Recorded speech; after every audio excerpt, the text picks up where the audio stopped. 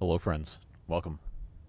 Glad to have you back here again for some Saturday afternoon satisfactorying, if that's even a word. Devilish WM, good to see you. So today's goal, I don't know if we can accomplish it. I know I said we will, in all caps, in the video description, but I would like to complete this phase of the space elevator so we can try and get to tier 7 and 8. But it's going to take a while. It's not going to be a very quick process. So we've got plenty to occupy ourselves with today. If we don't get distracted, we might be able to actually do it. So we'll see what we have to get ourselves into. But pretty sure we're going to have another one of these manufacturers making the modular engines, which means we need to get our motor production way up. Everything else we have plenty stored, and that's going to be kind of a pain. But the other thing we have to make is these adaptive control units, and that's going to be a huge pain. Because each one of these requires, I guess, 7.5 of the smart wiring, 5 circuit boards, a heavy modular frame, and a computer. So for us to build fully automated adaptive control units is going to be... yeah, I'm not going to do that. That's a huge pain. So we'll probably end up just making another manufacturer for those items and move on with our lives and just manually fill those in. But yeah, this is already about to be out of motors. So that's part of the problem we have, is we just can't make those motors fast enough. We need rotors for the motors, and to make the rotors we have to have iron rods, which we don't really have that many extra of. We've got quite the conundrum here to figure out.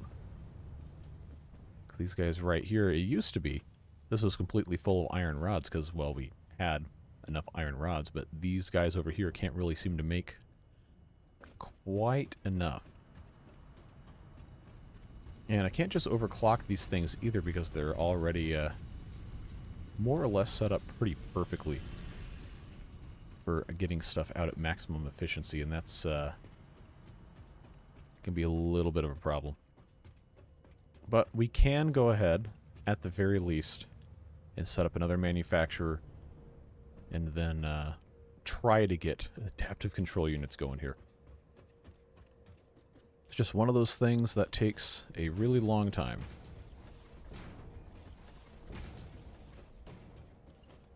Oh, and I can't make this because I need motors, of course. Like the eternal curse of playing Satisfactory is you never have enough of anything. I can't even remember where this stuff is. Okay, so I have neither stators nor rotors. But I know where I can get some screws, and that should help us out just a little bit. Yeah, this is, for some reason... Oh, I guess this is just slow because we're waiting on... Go away, autosave. I guess we have everything we need, technically. But I will go ahead, get myself 4 stacks of screws. I've already got stacks of the iron rods, so I can make rotors. And I should be able to make stators if I have more wire. So I guess we have to go make a trip over to the copper factory over here. Grab some wire, and we should be in a pretty good spot.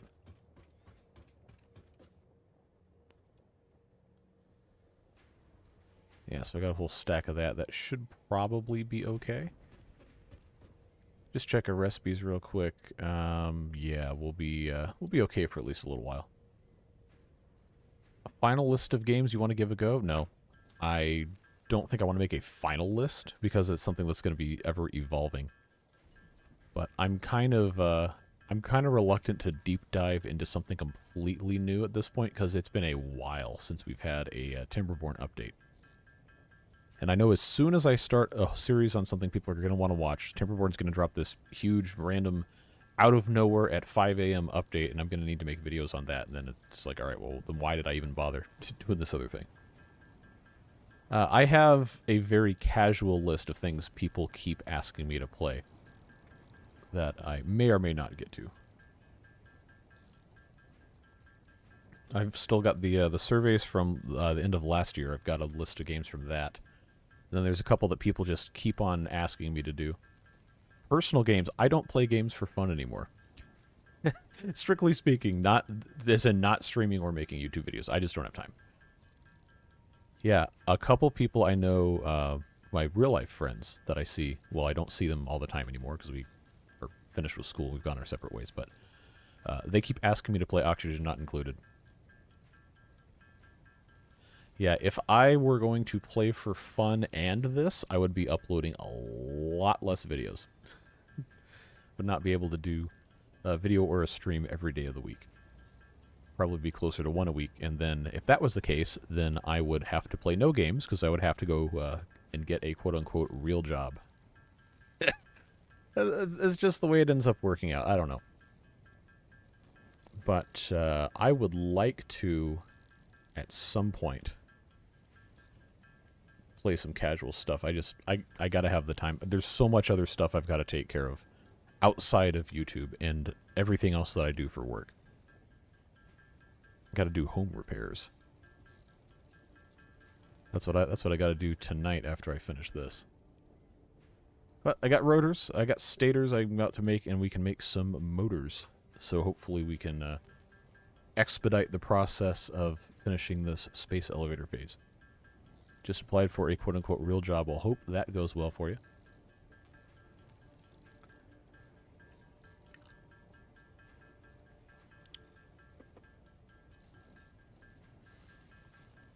I need 5, I think it was 5 motors to make the manufacturer.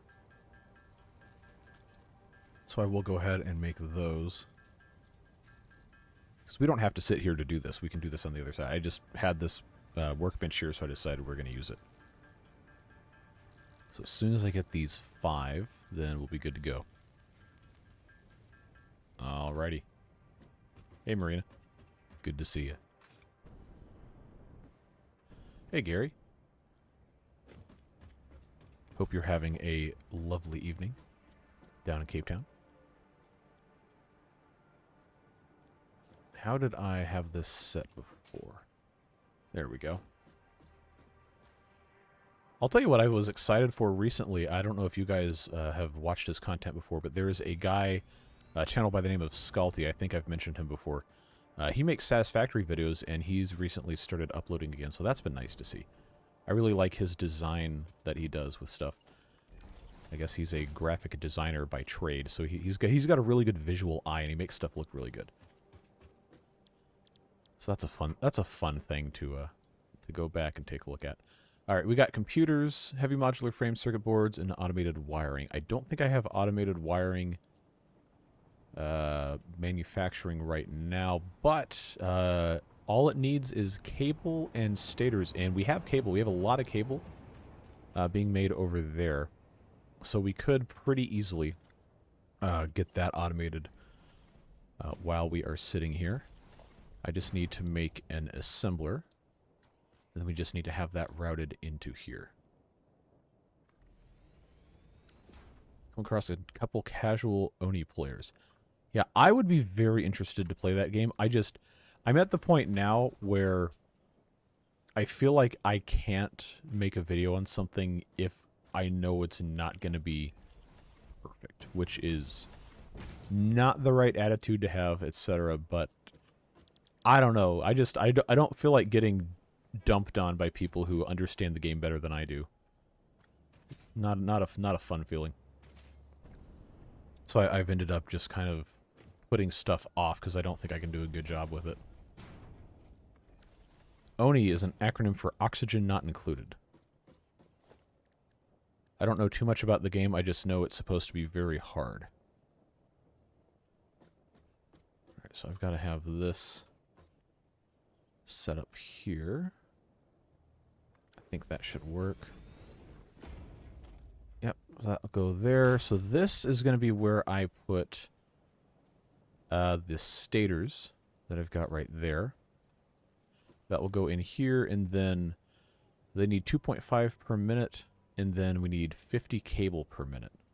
So the cable, we can either run a conveyor belt here, or I can just put another one of these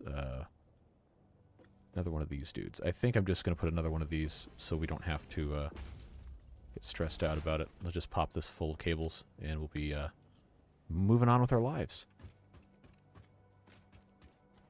Yeah, it's very complicated. I don't think that's a game I want to do videos on, to be perfectly honest. But people keep asking for it. It's like, I don't know what kind of, like, deity they think I am with the games. I'm really not that good. I just play a lot of Timberborn. It's not like I'm some sort of grand world champion of beavers or something. And it's not even specifically about, like, getting the bad comments, because I very, very rarely get people who are genuinely mean.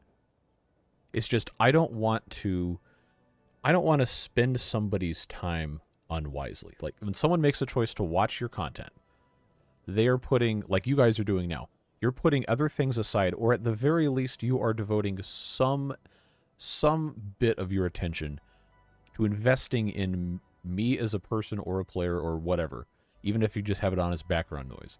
Or if all you do on a Saturday afternoon is you sit on your couch or your computer chair or whatever and you watch me play games, I don't want to waste your time.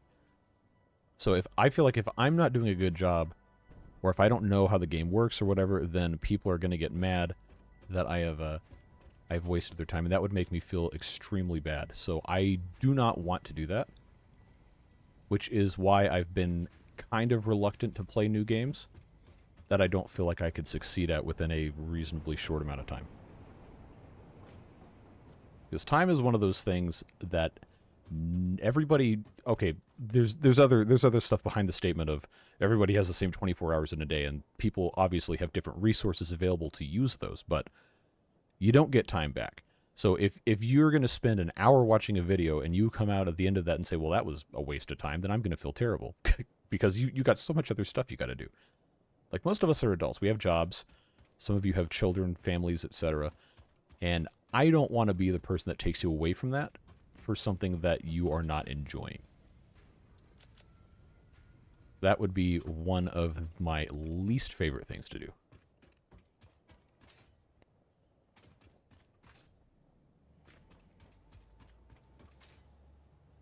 Sometimes it's fun to learn along with the streamer. Yeah, I agree. But not everybody feels the same way. So, like, if you're someone who is, for example, looking for, I guess, tutorial style stuff, that's not really what I make. I play the game and I record it, and sometimes I get it right the first time, sometimes I don't, and some people like that.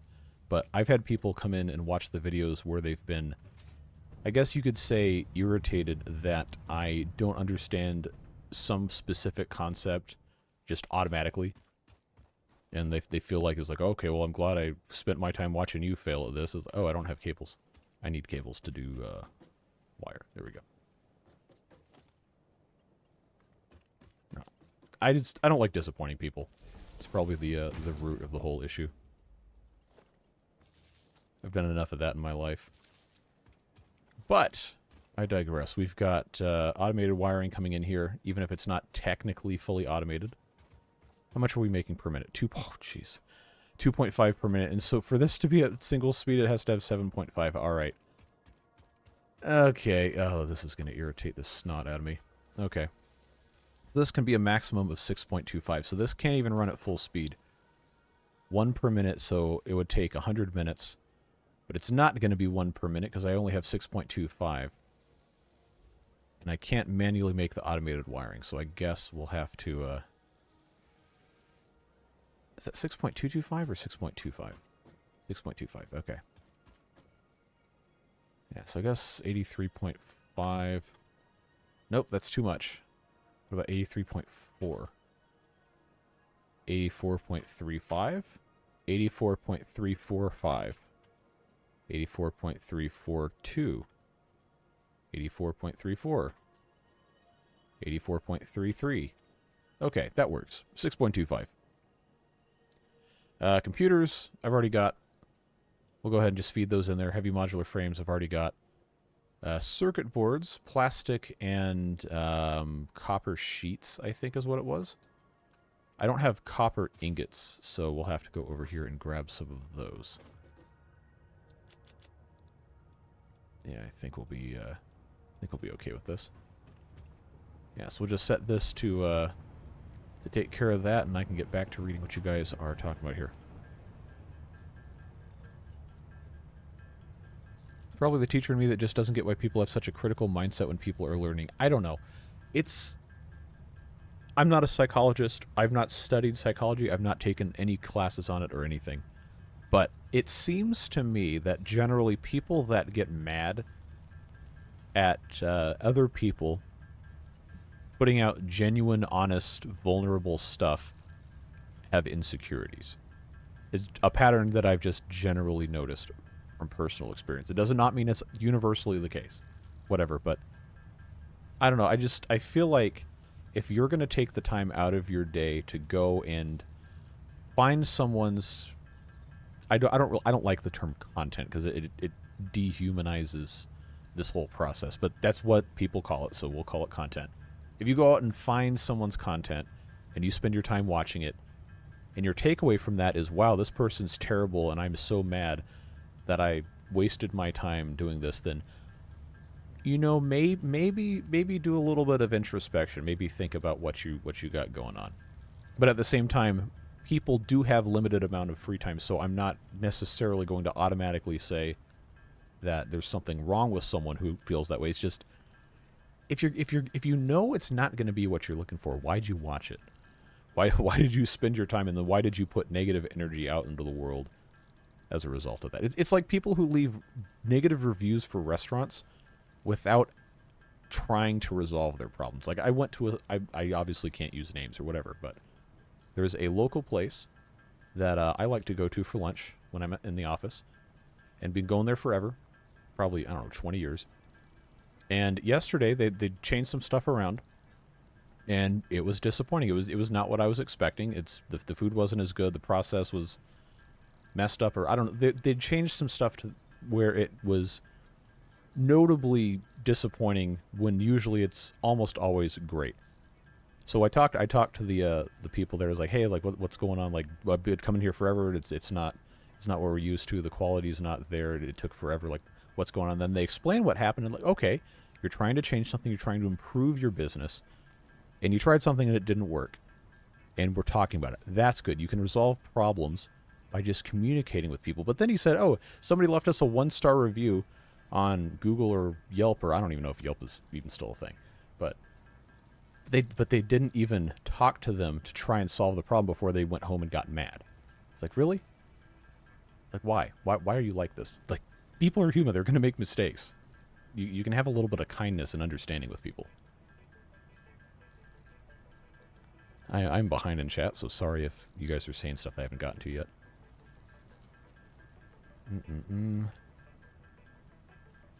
No one starts off at max level. There's something that annoyed me about OSRS players. Yes. Oh, man, the discourse around that game is so toxic sometimes. Like, I feel like it would be fun to stream RuneScape, but there's so many people that are hyper-competitive, and the whole EXP waste stuff. It's like, oh, bank standards aren't playing the game. It's a medieval point-and-click Java game from 2004. Like, come on. Are you really trying to min-max this? Or you can't enjoy the game, you can't enjoy the clever world building and the puns they put into the names of the characters and stuff? You're so obsessed with efficiency and min-maxing everything you can't even enjoy what you're doing. I don't know, that's not me. But yeah, that's probably why I'm not going to stream RuneScape, because people get real toxic about it. I do like the game though, it's fun. I was never big about min-maxing or PvP or anything. I just liked playing the game, it was fun. Hey Roy, good to see you.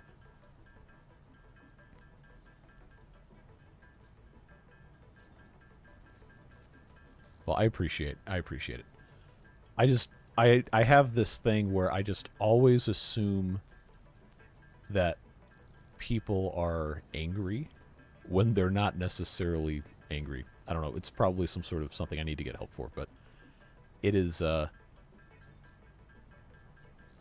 don't really know how to say it in a live context where I can't think about my words. So I guess I shouldn't probably go any further than that. But it is, it's just something I've dealt with my whole life. Criticisms without suggestions for improvement are just complaints that get tiring. Yes. And that's one thing, okay, they're not in here, and I won't name them by name, but there are at least a couple of people who leave comments that can be very negative in their comments and they express their frustrations, but they always offer suggestions to fix stuff. And that I'm always going to be fine with that. Because there's always going to be someone who knows more than you about a specific topic. And they're always going to have some sort of, as long as you are providing a possible solution to something, I don't care. You say whatever you want. But just don't be mean about it. In teaching, we talk about fixed mindsets versus a growth mindset. People with fixed mindsets tend to have lower self-esteem. Ah, yes, there it is. I don't think waste of time is a fair assessment for anything that's meant to be leisure. Leisure is meant to be time that you're able to freely spare. Okay, yeah, I can buy that.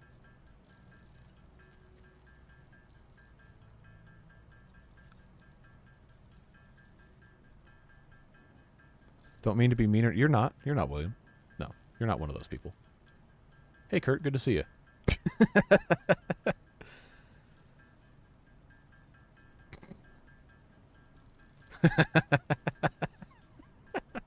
You guys are funny. Like, the people that show up to the live streams are almost always not the people that are just being, well, I can't believe you don't know how to do this. It's like, no. You guys are showing up. You want to spend time just hanging out with us, and it's always a good time. Exactly, Roy. Some people that get irritated about everyday life need to take a step back and take a deep breath, take the stick out of it. 100%, man. Absolutely. Like, at the end of the day, I'm playing video games on the internet. Like, it's not that serious. It really is not. All right, so now I got these circuit boards in here. I got to go get more plastic, which I should just be able to go upstairs and get. Anti-penguin rhetoric. Oh boy. Okay, I need to make more stators. That's what I was gonna do. Do I have? I already forgot how to make these stupid things. My beaver parenthesis s. Yes, okay. I got you. Appreciate you though. Why can I never remember what makes these things? I need to automate stators. That's what I need to do. I think at one point I had, but I modified the machines over here to make other stuff.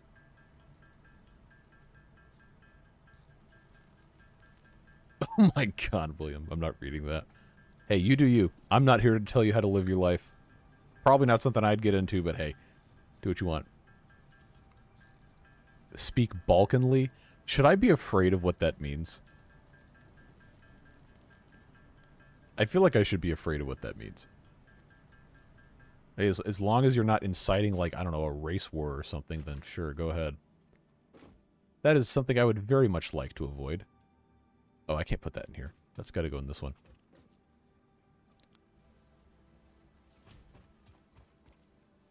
Add ly to every word. Well, that's just adverbally, I think. I don't know. It's been a long time. So over here I am making, okay, regular modular frames, and those are going into this to make heavy modular frames. But I should have enough for at least some of those. I was just trying to remember if any of these are making making stators. I don't think they are. If I am making them, I need to make sure that I'm making them. There go your Saturday plans. All right, hey. I can't stop you from doing what you want to do. I'm just, maybe don't. The Jonas Brothers are still touring? Are you serious? We are making stators. Oh, cool. Do I have an input for... Ah, I've got a little thing and I hadn't been filling it up. All right, cool. Well, that is great. That is wonderful. Let's see if we have... those are going... Oh, that's why. That's why we're not making motors. Because I have this. This is supposed to have copper wire. I know what we can do. How much is this using per minute? This is using 80. Okay, so that can't be a Mark 1 build. It'll have to be Mark 2. Do I even have... I have 80 of those. What about Mark 3? Got 100. How many years does Devilish... how many years has Devilish Fund funded? Because I think he's the #1 gifter. I don't have access easily to look at how many he's gifted, but I'm pretty sure it's multiple years that he's gifted away. The eclipse is Monday, yes. No race wars, only public transit wars. Well, you'd be surprised how often those two things intersect, at least in the American South. Gonna head to San Antonio to watch. That should be fun. I heard it's gonna be really cloudy, which is very unfortunate. Some of my friends are driving out to, I think, Dallas to see it. I went the 2017 one. I watched the eclipse from a Hardee's parking lot in a town called Cornelia, northeast of Atlanta. I drove out there, and I got there 5 minutes before totality, got out of the car, stood in the parking lot, got my little eclipse glasses, looked at it, and then I went inside, had some chicken fingers, and drove home. And it took 5 hours to drive home because everybody was out watching the eclipse. Oh, wow, here we go. 5 gift memberships while we're talking about this. Thanks very much, Devilish. Marina Beans Universe, Dr. Alex Cudson, Lizard on a Stick, Brian Slater, welcome, and welcome back to the Beard Boosters. Appreciate you, folks. Phoenix is only getting around 60%. I think we're getting about 80, 85. But if you have not seen an eclipse from totality, you got to do it. You absolutely got to do it. It's like a borderline religious experience, I thought. It was really, really cool. But it is, I'm not in a position right now to go drive 1,000 miles to go watch the eclipse on Monday. I got stuff we got to take care of. But I saw it in 2017, so I'm not going to feel like I'm going to be missing out too bad. I will probably go outside. I got to find my eclipse glasses. I got them somewhere. But I will go outside and check it out, even if it's only going to be 80 or 85% or whatever.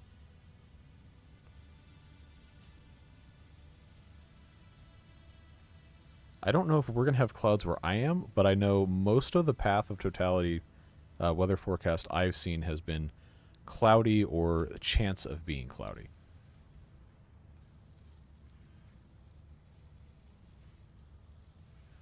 You can do the pinhole viewer. Yes, you can. That's something I might end up doing anyway.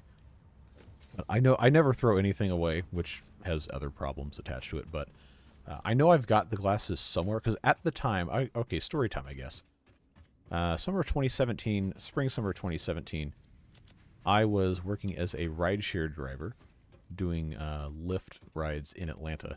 My first week, the first week I was driving, I don't know if any of you guys have heard this one before. Some of you probably have.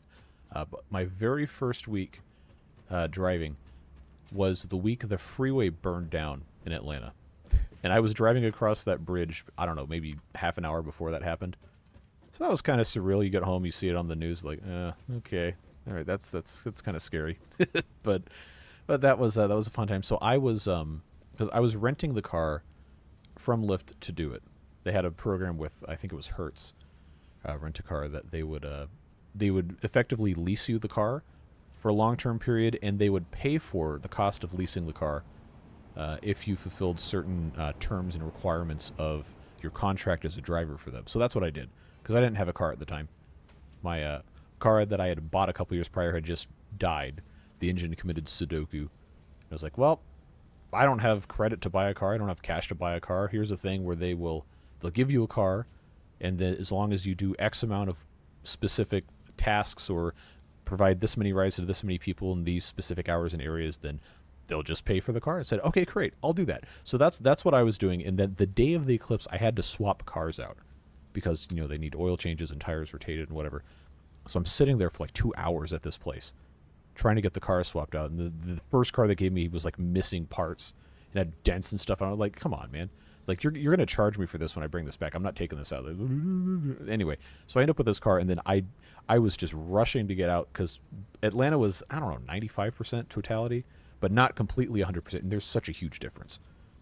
So then I was just driving up. I think it was, what's the interstate there? It's off of 85. It might have been 985 or whatever, past Lake Lanier. You get into like the middle of nowhere. That's where the totality line had just started. So I was like just barely inside of it. And I got there and I saw it. I was like, this is really cool. I'm glad I did this. But I was sweating. I did not burn a bridge down. No, that was because the Department of Transportation, the GDOT, as we call them, decided it would be a smart idea, regardless of how it caught on fire. They decided it would be a smart idea to store incredibly flammable polypropylene tubing or whatever underneath an overpass. I was like, you're idiots. Stop that. And then, okay, so some people say, okay, some homeless guy lit a chair on fire and that caught the other things on fire. Some people said the guy was framed. I don't know. I wasn't there. I don't care. What happened is the bridge burned down, and it was ridiculous. It was like equal parts hilarious and terrifying. It was like, how does that even happen in the first place? But nobody, as far as I know, nobody got hurt. Nobody died. So like, all right, you can laugh about it. It's fine. But it was such a huge pain for like 3 months after that. Because, of course, you know, if it's related to the freeway infrastructure, the federal government will just write a blank check and say, build it as fast as you can. Because that's apparently the only thing they care about. And they did it. They finished it in, I don't know, 60, 70 days. But that was such a choke point for all of the traffic leaving or coming into downtown Atlanta from the Northeast that it was just apocalyptically terrible traffic. And they were rerouting everybody onto neighborhood streets, like side streets, all this other stuff. It was awful. Well, that was fun.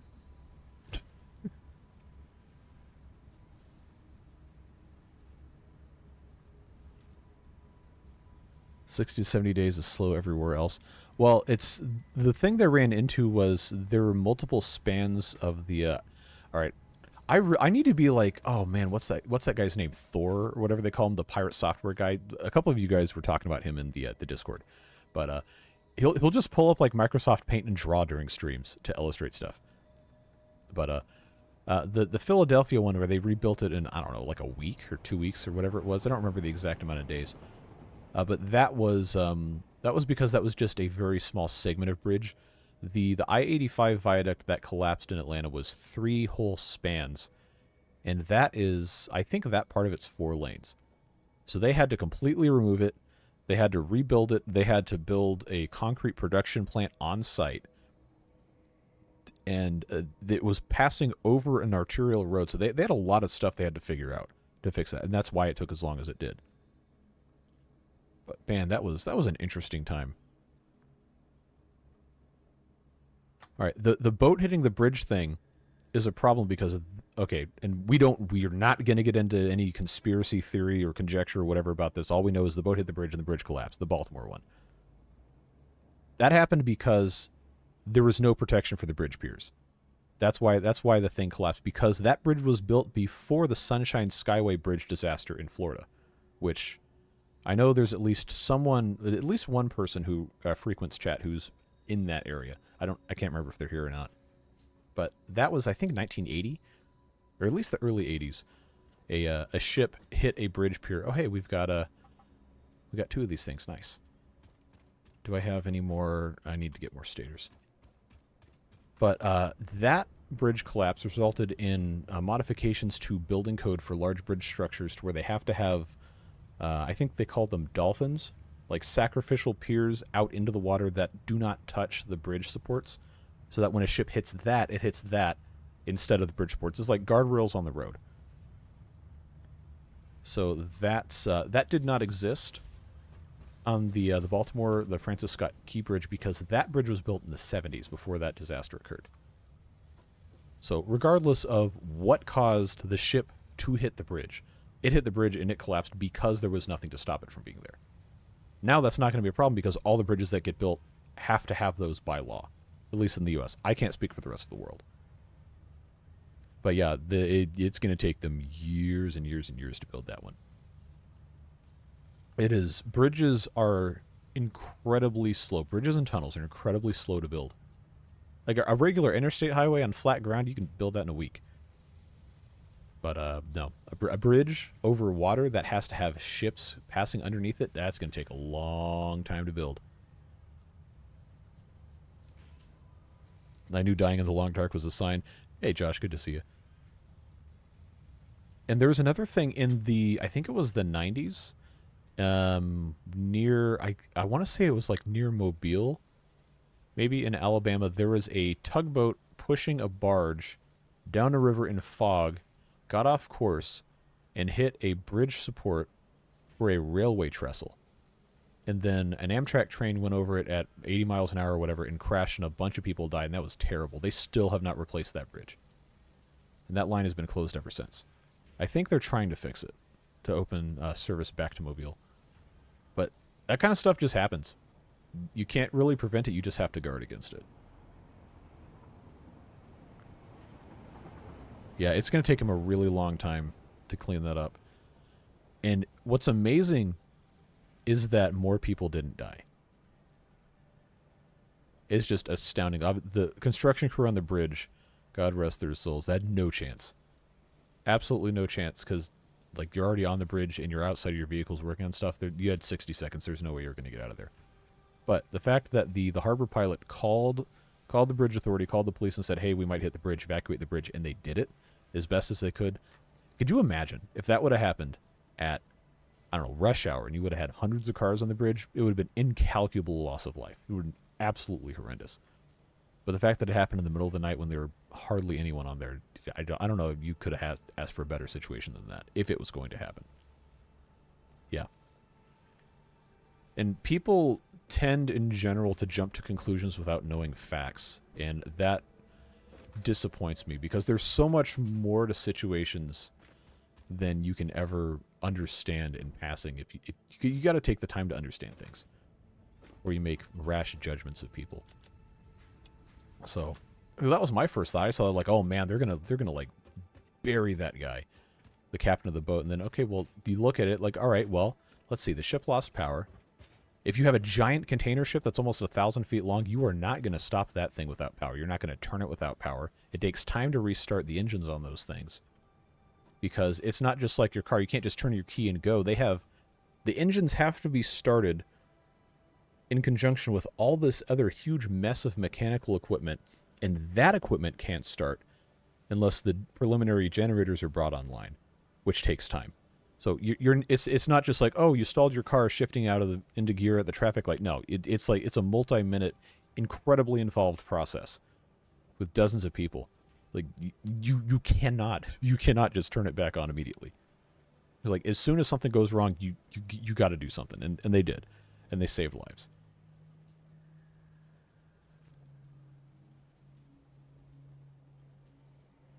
All right, now what are we talking about here? Steel cutting takes math. Yes, it does.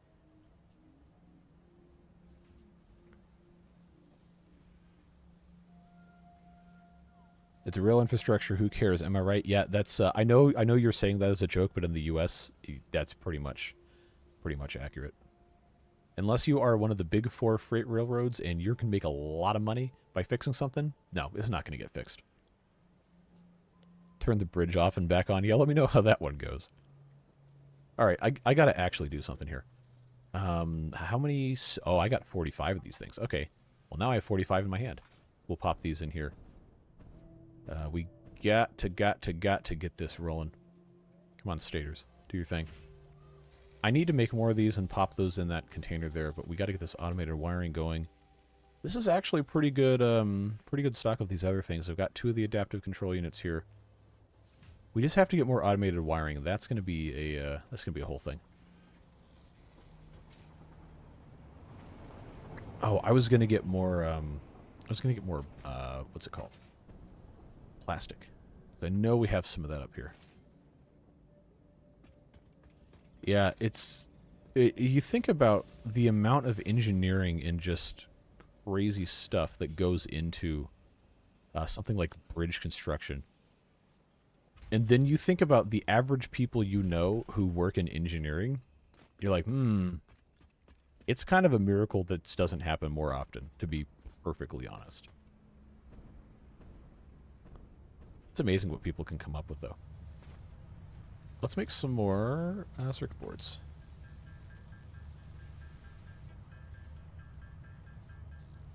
You didn't see the train? Yeah, there were a couple streams you weren't here for. I think the train was 19? I think it was the 19th stream we did the train. It might have been the 18th. Yeah, we built the train that goes over to the oil area. We can take a ride on it next time it comes back, and I'll show all that to you. But that was a fun time. Okay, so the reason that happened was I did not call engineers slow. I said I know people who are engineers, and I know how they acted in college and shortcuts they took. It's like, not a blanket statement, but hey, people are people, and they're going to do stuff.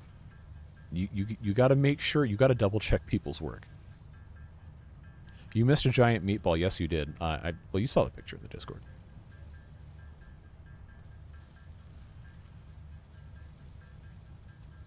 Alright, I got 20 some more circuit boards to make. We'll pop those in the manufacturer, and then we'll take a ride on the train, see what that's like. Yeah, what do you call a doctor that graduated last in his class? You call him doctor. Absolutely. But this is why we have people do peer review. Except now they're doing that with AI, and that makes me really mad. But that's why you have peer review, and you have people working in teams on stuff. Like, human beings are going to make mistakes. That's fine. That's the nature of being a human. But you gotta check your work. Stop spreading fake news about my opinions of engineers. No, I know people who do all sorts of different engineering disciplines. I have no problems with them as people. I just know I'm a human being, and I'm glad I don't work in a field where people's lives depend on me being good at my job. Love getting a random email saying I was gifted membership. Yes. Hello and welcome. Be happy you have pharmacists. I caught a doctor trying to give a 1-year-old a cream mint for 12 and older. Yikes. That's not good. But yeah, I absolutely do not trust myself enough to work in any capacity where life safety is involved. ChatGPT doesn't make mistakes. It absolutely does. Constantly. There's our train. This bugs me that this little kink is here, but I got my heights wrong. It turns out over time, but then we just had to fix it. This thing's gonna blast through the station, do its little turnaround, and come back.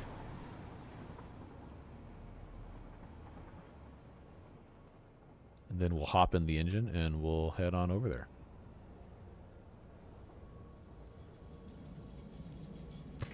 Street pharmacist. All right. I see where you're going with that.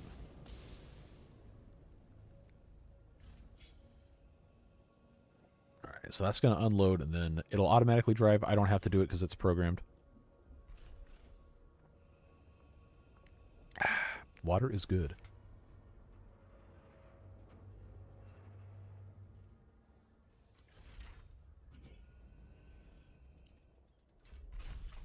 Only into legal drug slinging.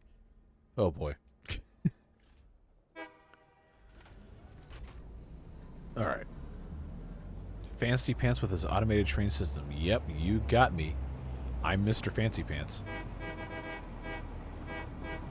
Have you seen the game The Colony? I probably got an email from the developers asking me to play it, and then it got buried under like 8,000 other emails. But I think I've heard of it, but I couldn't tell you anything about it.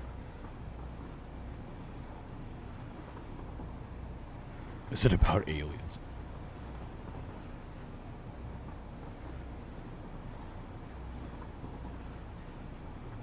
I probably should go back and fix the height on that. Anyway, but this is our train line. I haven't really finished. I wanted to put pillars and other stuff here. But this is our train line for the oil area. Is the engine on wheels? Yeah, it's got wheels. It's on a monorail. It's got like wheels that are canted out like that.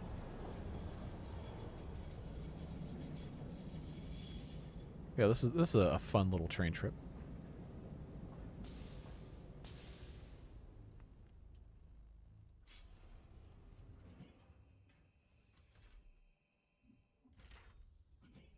So I have no way of knowing what's in the box, so to speak.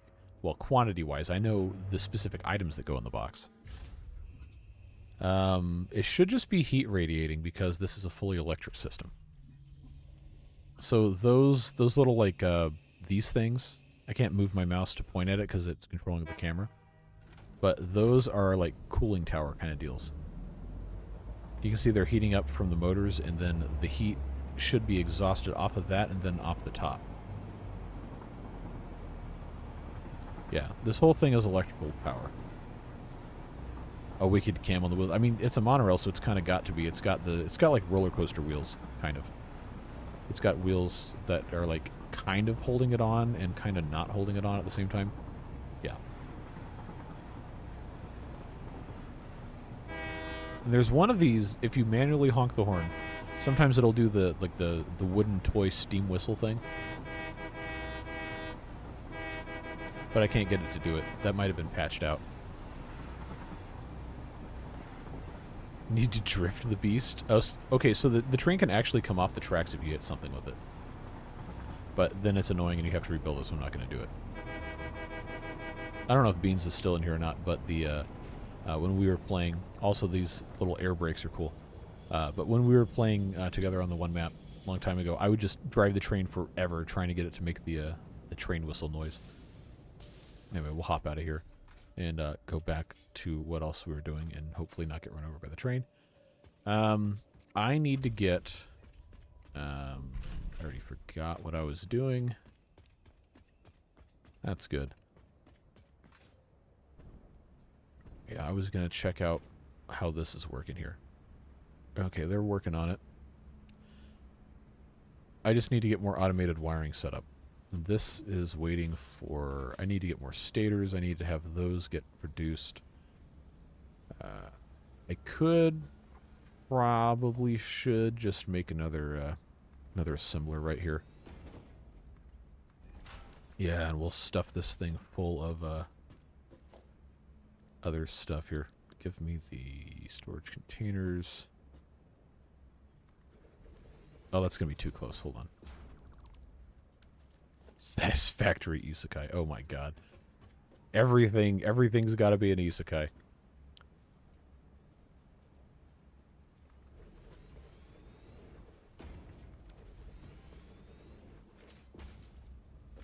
The dark web stuff.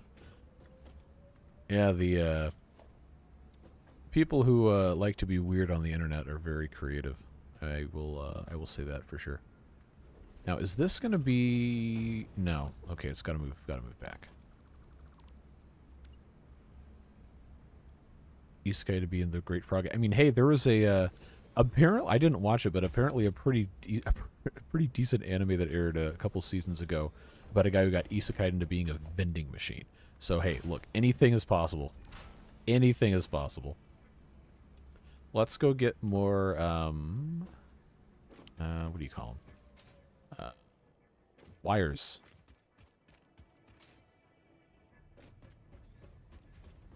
Uh-oh. I'm gonna be running out of wires pretty quick here. That's not ideal.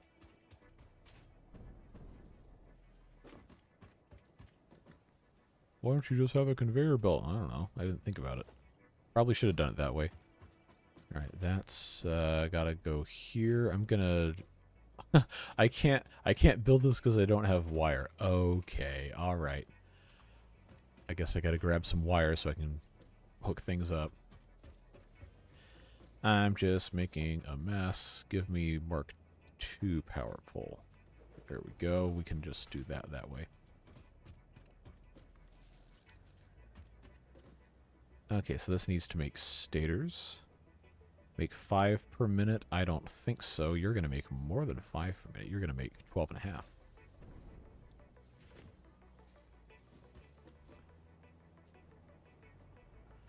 That's already maxed out.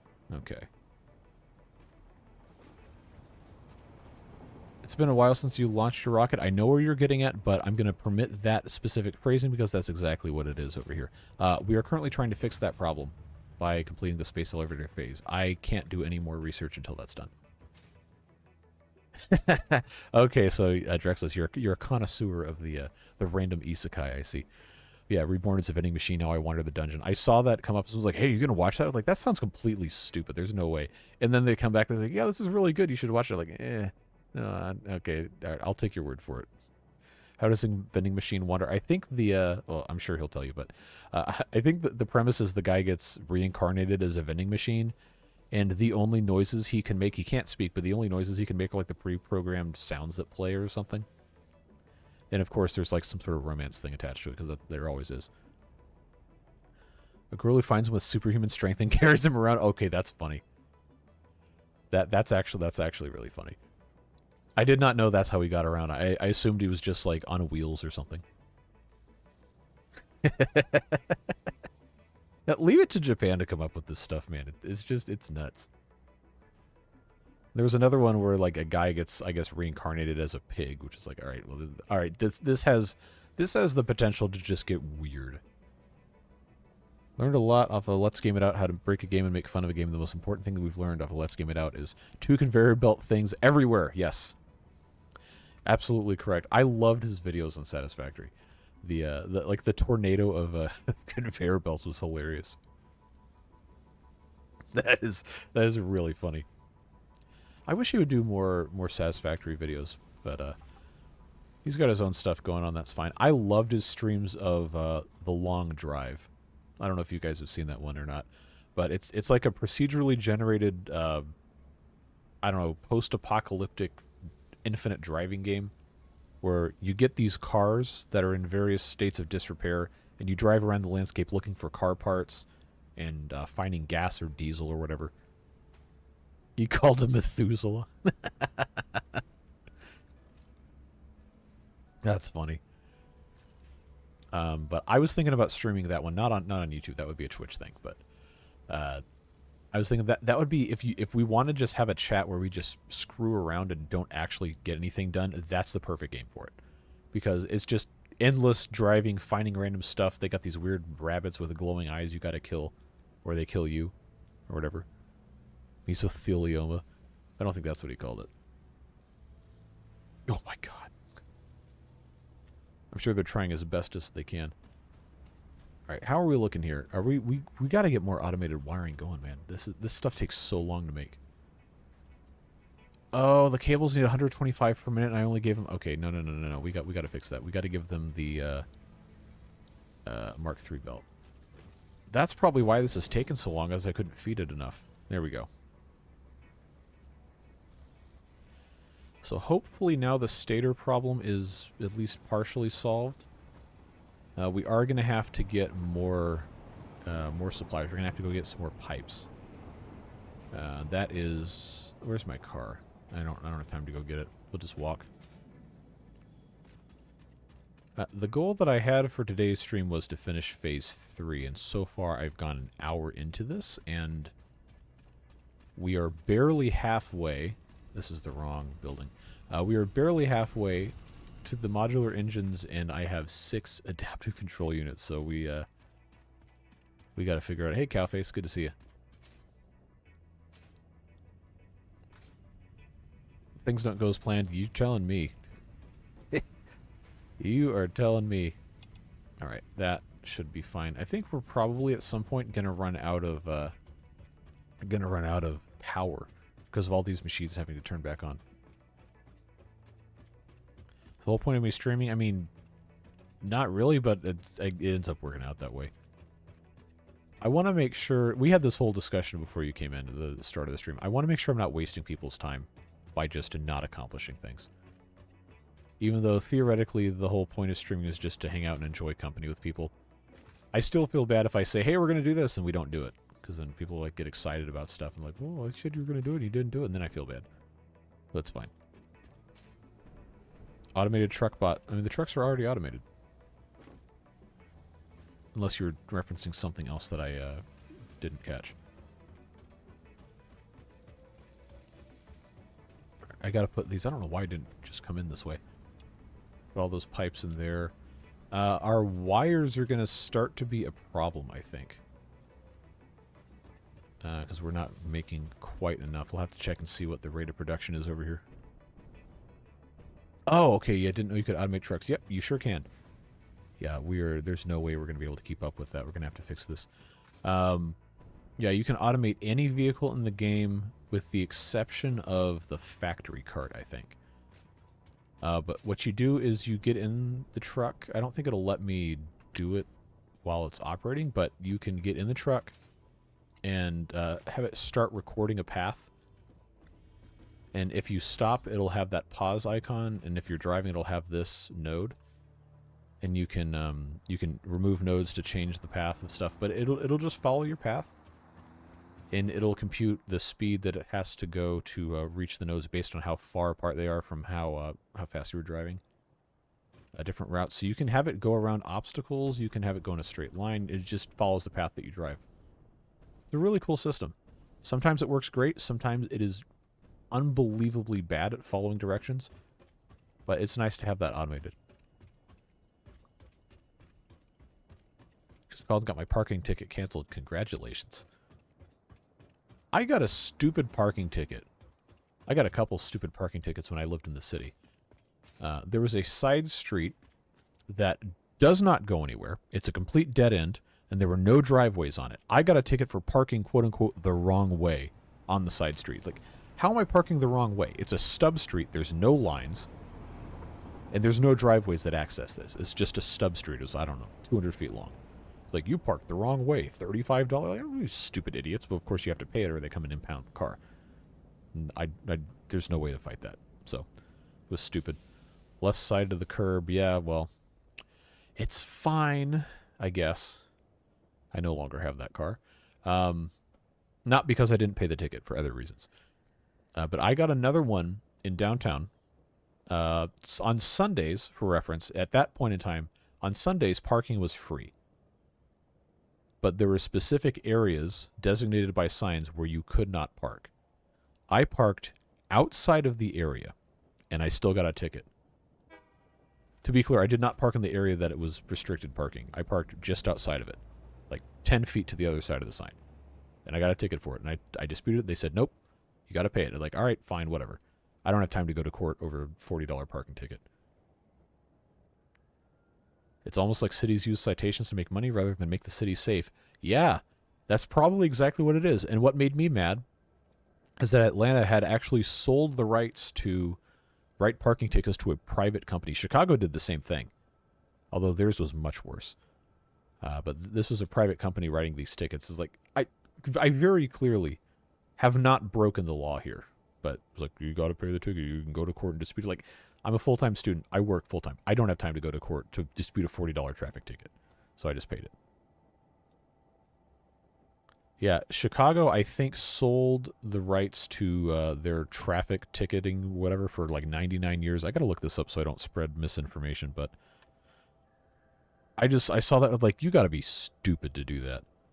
Like, that's such a major source of revenue and enforcement that you can keep in, like, the actual hands of the city itself versus a private company that's going to absolutely try to maximize profit at all costs. But that's going to get into political debates that I don't think any of us want to actually deal with. Why can't I find any information on this? They sold the parking meters. Okay. 2008, the city of Chicago sold the rights to collect revenue from 36,000 parking meters to a foreign-owned investment company based in the United Arab Emirates, receiving a one-time lump sum of $1.2 billion. That's why. Against a 75-year lease. Okay, so I had the particulars incorrect, but that's what that is. Wowee. Okay, let's move on. We've got 263 modular engines. I have this constructing adaptive control units, of which I have 10. Automated wiring, we still cannot make enough of these things. Cables, we seem to be out of those, so I'll go grab some of those.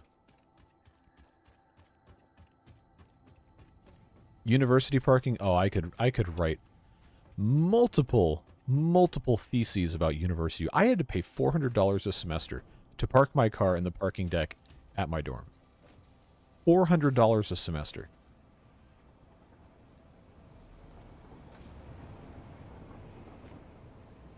And there's nowhere else on campus I could long-term store a car. $400 a semester. My car was paying more rent to have a parking spot than I paid to have a bedroom and a private bathroom in an off-campus house. Because our semester was like technically 3 months. That was I was so mad. It was ridiculous. Higher education costs are completely out of control. Now, this is supposed to be staters, I think. No, this is oh, I put them in the wrong. Okay, all right, we gotta fix that. Why can it can feed both items from one input? Really? I didn't even think that was possible. Wow, I learned something new today. But we definitely don't want to enable that behavior. Why is this game still qualified as early access? Because they haven't finished it. It's going into full release this year. Later this year, they've said. But they didn't want to put out the full game before it was ready, so they call it early access so the people can have an understanding of, while the game is playable and you can have fun playing it, it's not complete. And we want to use the money we get from selling the early version of the game at a heavily discounted price to fund continued development of the game. This is one of the only instances where this has worked to my satisfaction that I've ever taken part of. Like, normally early access games are either just complete stinkers or they're basically already done and they just want to sell it a little bit early.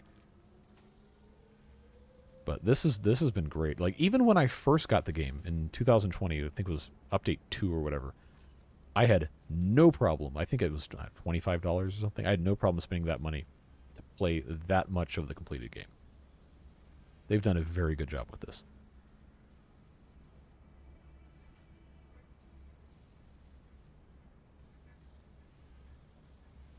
Would you say the early access scheme has been satisfactory? I absolutely would.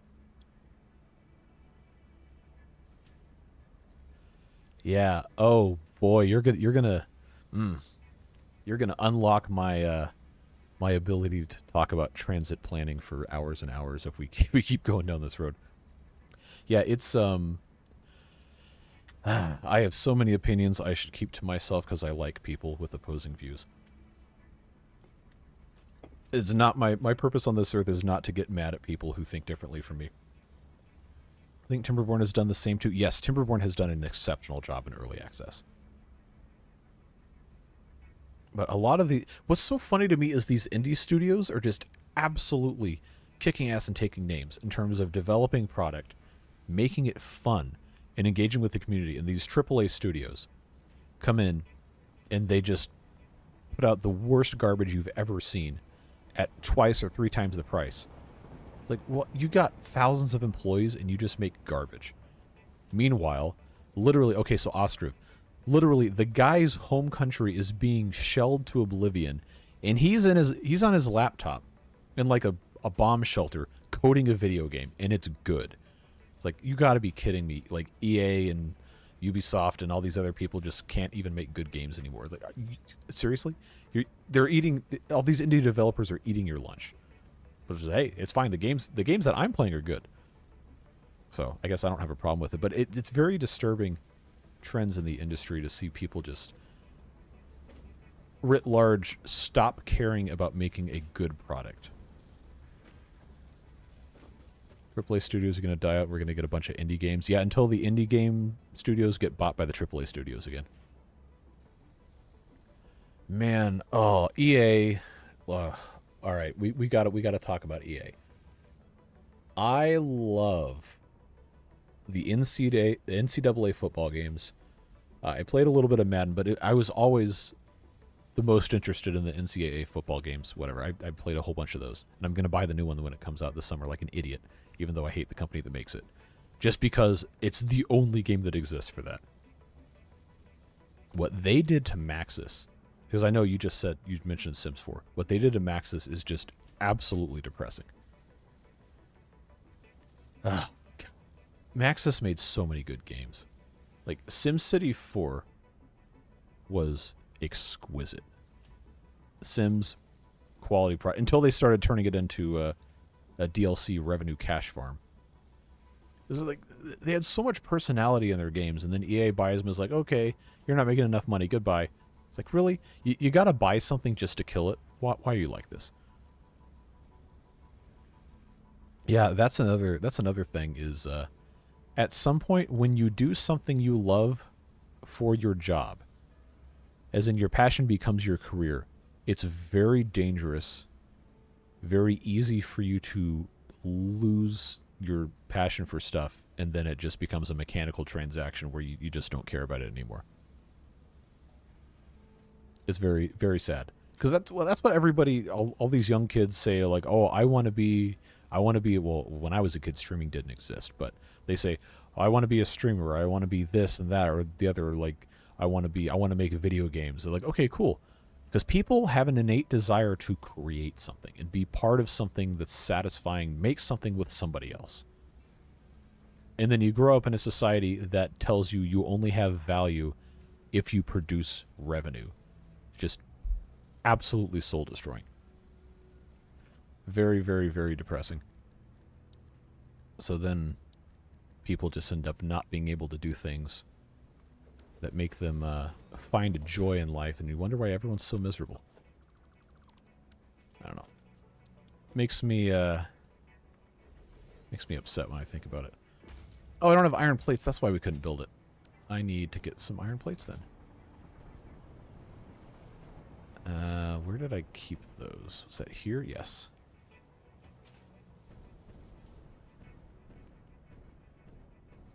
I never played Spore, mostly because I heard it was bad. That will go there. This is for our adaptive control units, right there. And then we'll have those continue to make their way in there. Oh, now we're out of computers. Yikes. Oh, that's going to take so much time to build. Why did I do this to myself?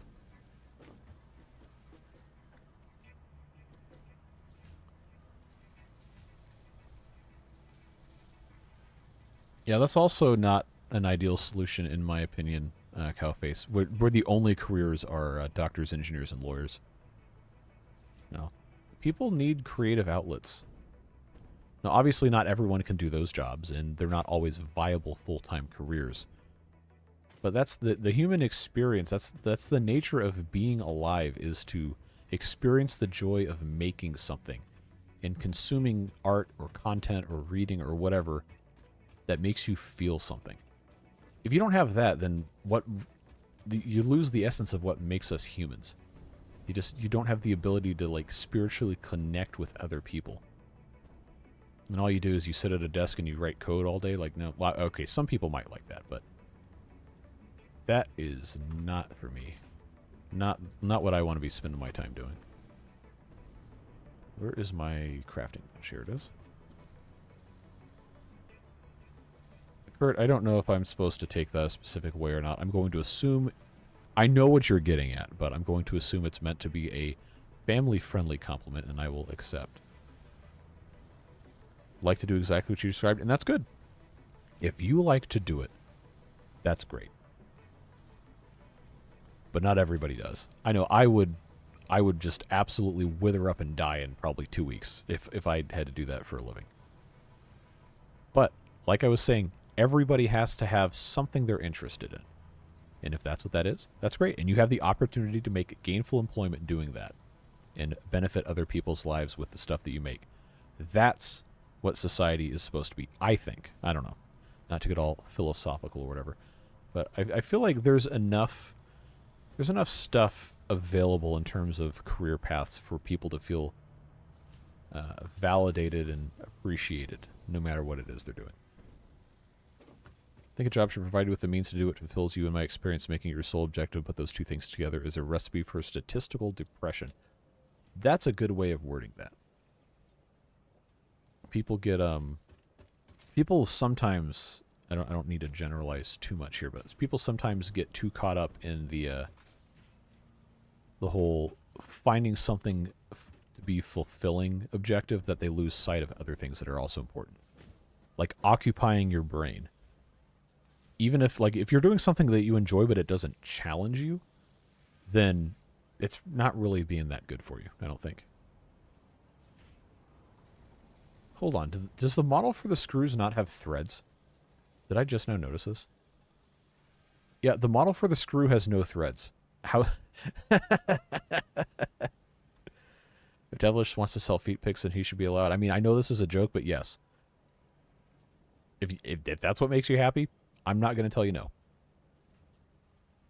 There is definitely a market for that.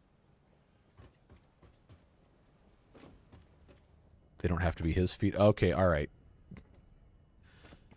I see where you guys are going with this. I was trying to make it wholesome, and you guys are going to turn. Oh, hey, look, we have automated wiring. Nice.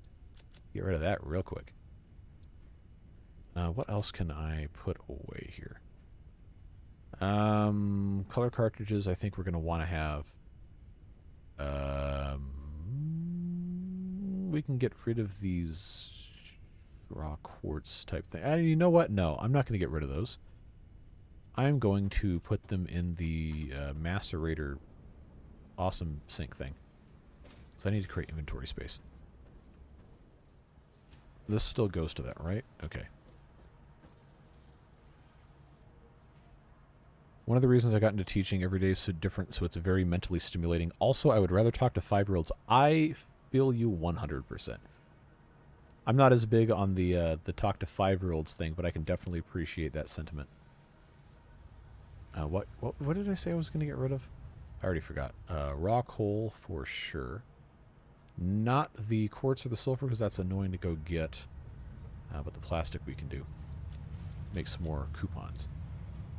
I was getting, that's what I was doing. I was getting copper so I can make copper sheets, so I can make PCBs, so I can make computers. Because I have not automated computers, and that's a huge problem.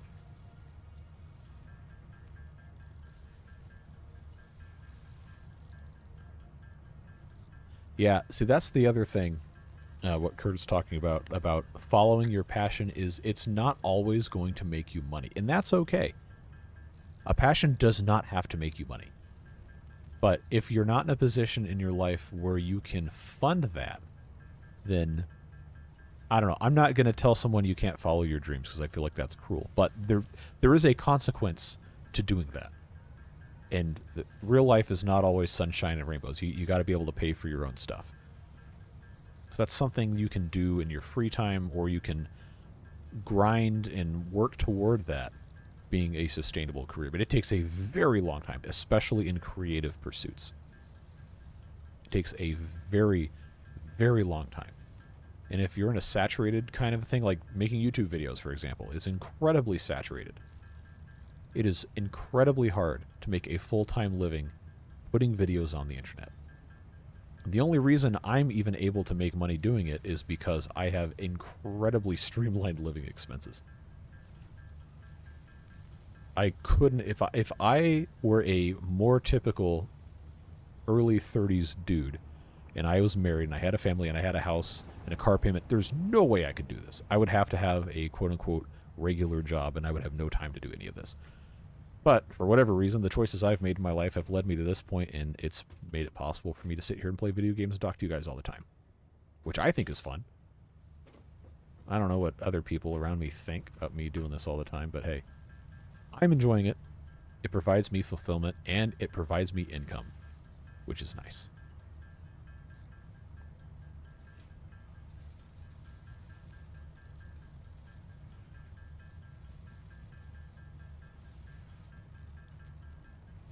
That's just the way life goes, though. Sometimes it works, sometimes it doesn't. And just because it doesn't work doesn't mean that you can't ever try it again in the future. It doesn't mean that you're terrible at it. Not necessarily. Sometimes it does. But sometimes the timing just doesn't work. And you're not ever going to know if it works until it works. There's no way to predict it. Sometimes you can do everything right and still lose. Star Trek quote.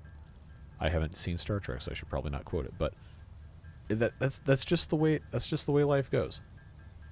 You can either choose to accept it, or you can choose to live in denial and just pour all your resources into trying stuff that's not going to work. Which, hey, that's your prerogative. You want to do it, go right ahead, but you got to make sure you can take care of yourself.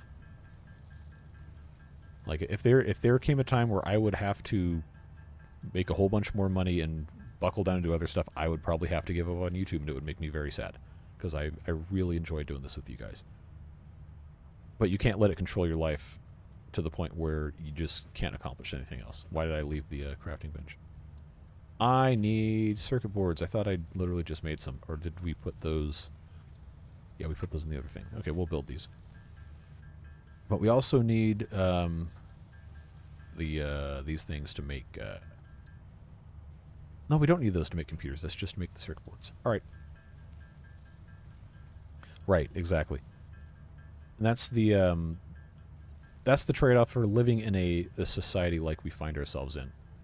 Like, you have benefits that come as a part of that, but it comes at a cost. You have to contribute to it.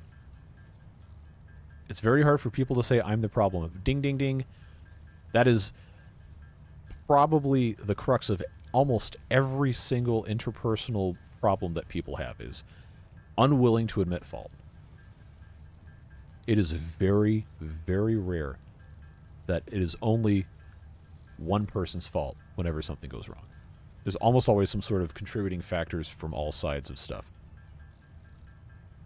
Granted, this does not apply to everything. Over willing to admit fault? Me too.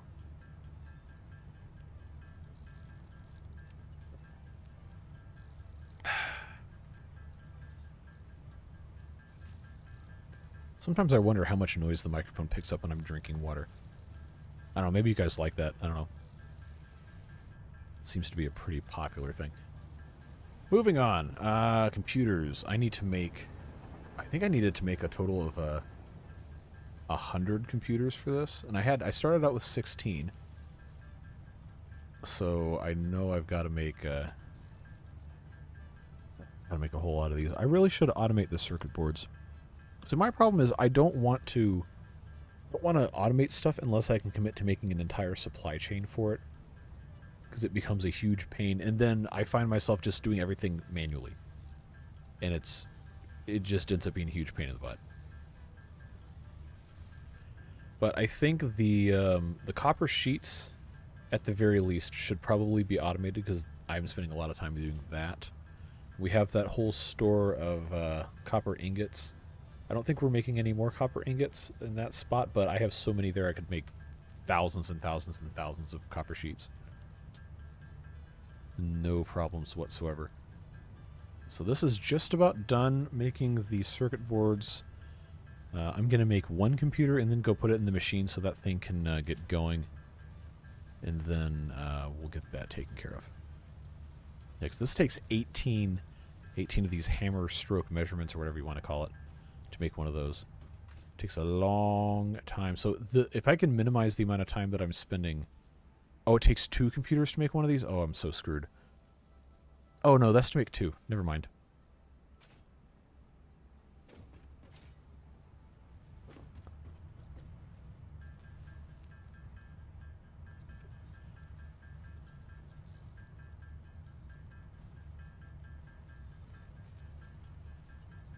Alright, I need to put this in here so this can actually go. Yeah, that's another...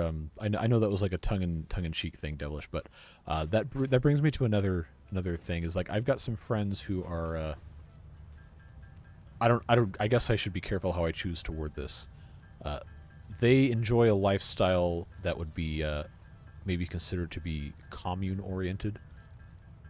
And what they've found is that some people who are into that don't understand that a lot of creative pursuits, what's the term?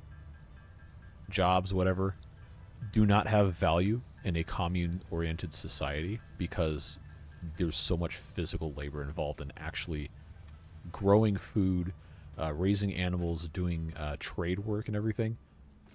Some people go into that not... am I missing something else here? No.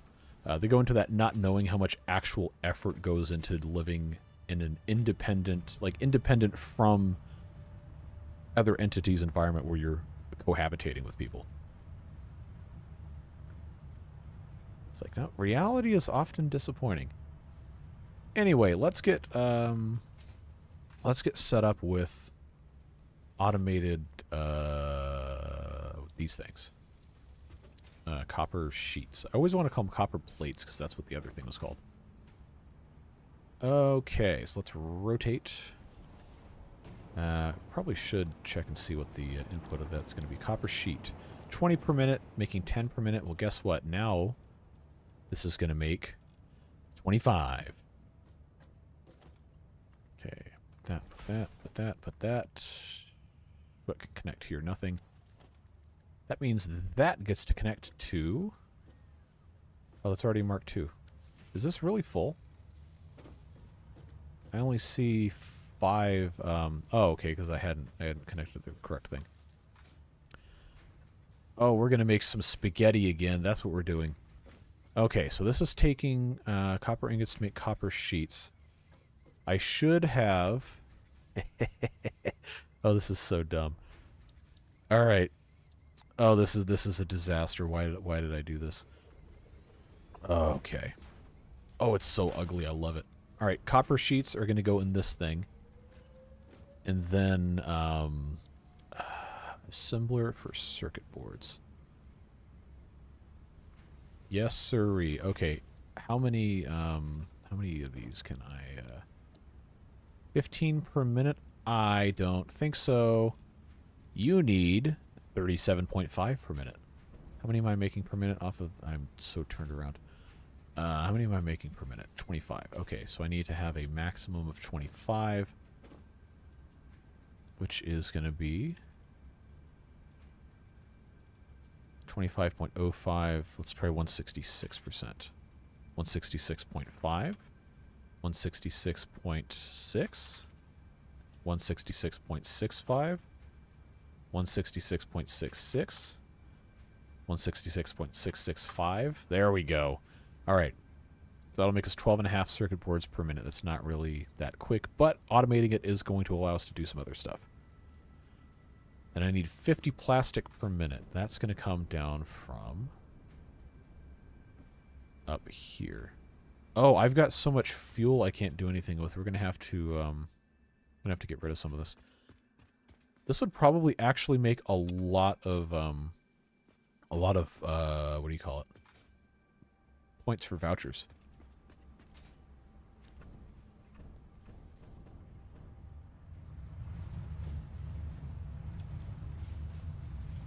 All right, how much? Is this even getting anything else in here? I don't think so. All right, so this will update in a little bit. We'll see how many points per minute we're getting. Stators. We have so many stators here. What is what's going on with this? Oh, rotors were holding us back. Okay. Stators wise, how are we looking over here? So I don't have any cables. Automated wiring is backing up, actually. Okay. This is going in for stators. So this is the one that needs to be cables. There we go. And this is making... Oh, it needs wire. I think. Pipes, yeah. But we have, I think stators. I really should have fully automated all this and not just using it as a stopgap. But we made our automated wiring. It's just unfortunate that we have to have, you know, 750 of this garbage. Okay, that's got to go in here. Adaptive control units. At least we still have computers. It's going to take a long time to build the rest of those, but I need to do... yeah, the whole reason I came up here was to put a an outlet for the plastic. Oh, crap. Am I out of... Oh, I ran out of fuel because I put all the fuel in the in the thing, and I got to use biofuel for my jetpack now. All right, we're not going to play that game. Let's grab some more of this. How much plastic do I... Okay, I really don't have very much plastic, do I? But it only needs to be 50, so I guess... Yeah, we'll do that. That's straight. It doesn't really matter, but it is. Okay, now, let's see here. I'm going to make this look not completely terrible. I guess we'll just have that go that way. And then where's my plastic going? So one of these... Is it all the way over here? I think it is. Obviously, it's too long. It's not going to work. But if I can get this to sit here correctly, I think we'll be in okay shape. So that can go here. There we go. Now that can come across. And it's going to run out of space at some point. Right about here-ish, I think. Yep, okay. So I will go out to here. There we go. Probably not perfect, but hey. That'll work fine. This is set for... Did I... oh, I didn't connect this. Copper sheets. 25. Plastic, yeah. We're making ugly spaghetti now, boys. And girls. Yep, I gotta connect this to the power. Give me here. Alright, so that's gonna max that out. I don't want that. I want to make another power pole somewhere over here. So we'll just do that. Alright, so now we should eventually have plastic going in there. Very good. We're gonna probably need to go over to the oil area and check out the situation on plastic production and oil consumption, fuel consumption. Because that's how we make the plastic, of course, is going into the byproducts of oil production. But fuel-wise, actually, how are we looking on power? Because I wanted to build a couple more generators. Oh, we're fine. We're fine on that. So I was going to say, if we needed to make more fuel generators, we'd have to make a bunch of computers to do that. But we don't for this exact moment. I got circuit boards. I need plastic to make computers, so that could possibly become a problem. Had to go off AFK. What are we working on? We are making spaghetti.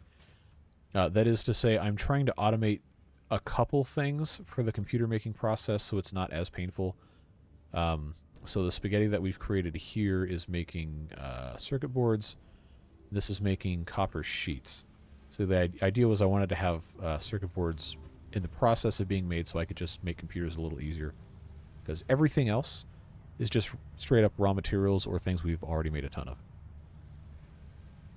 Spaghetti about it. Yeah, there you go. We got screws, we got cables, although the wire and cable production over here is not going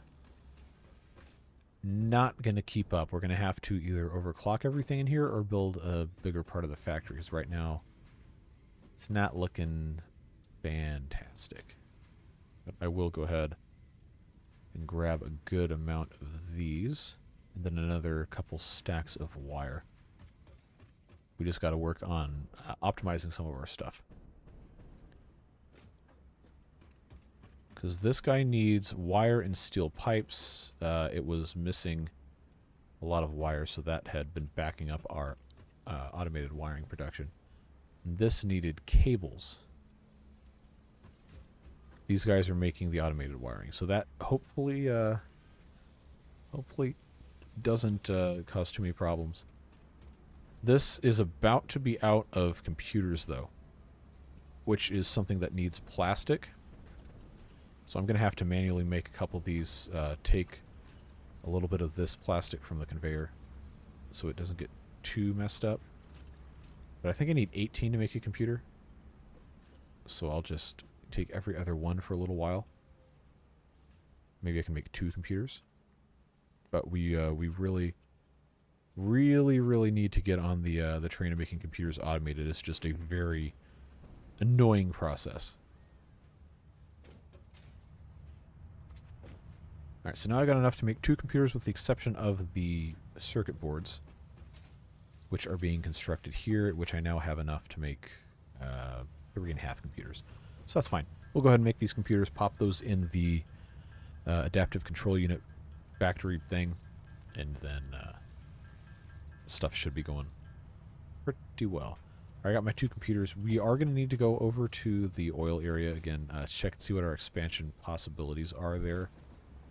Because I need to make vastly more plastic. Rubber we're okay on for right now. So let's, is the train here? I think it is. Oh no, we got to go catch the train. Gotta go catch the train. Come on. No. Alright. Good. We made it.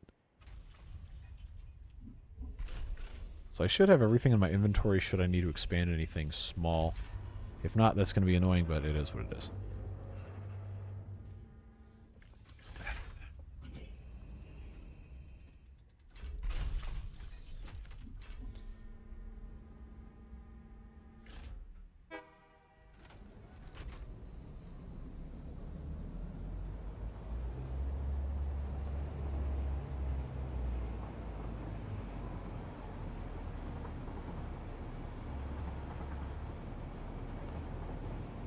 I forgot about the Christmas tree area. I never did finish that.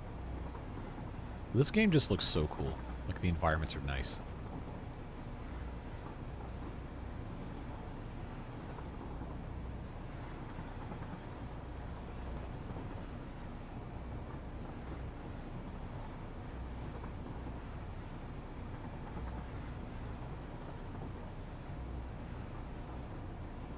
Yeah, right now we have, looks like, wow, we only have 4? Okay. We probably should have at least 8 of those, honestly. But our plastic making is those 3 refineries right there. I'm pretty sure 2 of those are making plastic and 1's making rubber. We'll have to go check and see what's going on there. But we need more plastic than we currently have. This is making plastic. We've got 60 polymer resin per minute coming into here. But it's not quite keeping up, so I'm curious if that's because our oil or our fuel consumption is not high enough to keep these running it all the time. Yeah, this is very full. Yeah, this isn't even producing. So we need to have more fuel consumption. These are full. I can since we are here. Oh, I forgot how high this was. I can go ahead and flush the tank here. Although it's not completely full, so maybe that isn't the problem. Because these have... They should have enough fuel to keep running if I flush this. Yeah, okay. I'm going to flush this. And then we will... we'll let it refill. And that should turn the production up a little higher on the other side there. But that also is going to have the side effect of using a lot more power. I think we're still probably in the okay range. Yeah, because now this is going to empty immediately, and then this can just go vastly faster. I just need more polymer resin. Because I had this set up math-wise, I think, to make the most sense possible. This is plastic, that's plastic, yep, that's exactly what it was. And this is making rubber because the rubber recipe only uses 40 per minute. And the plastic uses 60. But the amount of rubber that we have and we're not using, I think for at least some period of time we could stop making rubber. Yeah, let's just make some plastic here. And I need to turn that down so it's only consuming 40 per minute. Oh, here we go. 65.5. No. Was it 66 was supposed to be? Oh, it's higher than that. It's probably 66 point. If I had to guess. Yep, exactly. All right, cool. It's a whole bunch of 6s.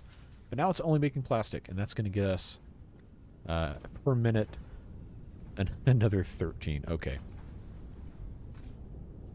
Yeah, that's going to be we gotta do more stuff over here, but I don't have the resources to really expand this too much right now. But that extra 13 bits of plastic should help us, maybe. We're making so much packaged fuel, it's unbelievable. And this is going all up here to the train station itself. Can I jetpack up there, or am I going to have to use the ladder? I think I can do it on the jetpack. Oh, it's so close. That's annoying. Hypertubes win. I built hypertubes. I don't know if you were here for it, but I did build them. I think I can do it if I come from up here. Yeah, because here's the train. We definitely want to take the train. Come on, come on, come on. Oh, good. All right, how much is in here even? Oh, there's hardly anything in here. It's probably costing more to operate this train in electricity than we're actually generating. Leave the Christmas tree up. Yeah, I'm not going to take it down. You only have 264 days, 6 hours, 59 minutes, 55 seconds to go. I wonder if... I can't remember if we're in the same time zone, but yeah, that's probably pretty accurate. I was going to go back and finish it, but I think I've said before the Christmas event is locked via the time on your computer. So if I wanted to do the other stuff in that, I would have to set the date and the time on my computer to be inside a specific window. And of course when you do that, it messes everything else up. But I did that a couple times in early January, and then I just never did it again.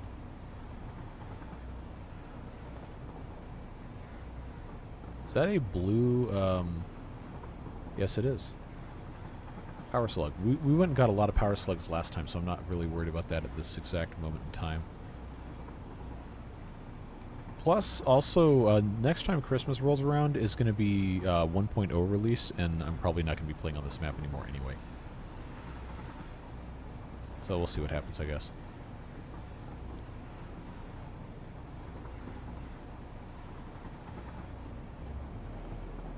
Did the fuel glitch? Because I only see a certain amount on here. It does that sometimes. Is this... full? Yeah. Okay, that was, I don't know why it's like that, but there we go. It's very weird when it does that. We have 292 out of 500 of the modular engines. That's good. That one seems to be going, pretty well. We missing anything? Oh, motors, yep. Motors are always a problem. This is waiting on what? Rotors.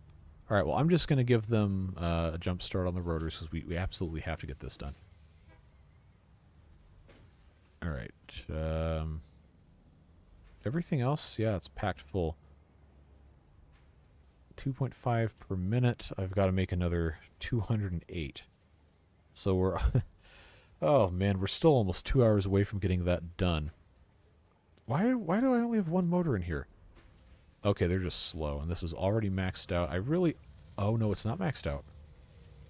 I should overclock this. At least a little bit.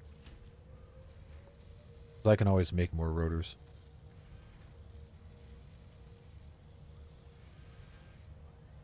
Yeah, that'll make 7.5. That'll help a little bit as long as I can keep it supplemented here. Okay. Circuit boards. Go ahead and grab that. Plastic-wise, I need to get some of that to make some computers here. I will take this stack, this 89. I think I can make a couple more computers here. Yes, I can. Because I guarantee you that other thing has stalled.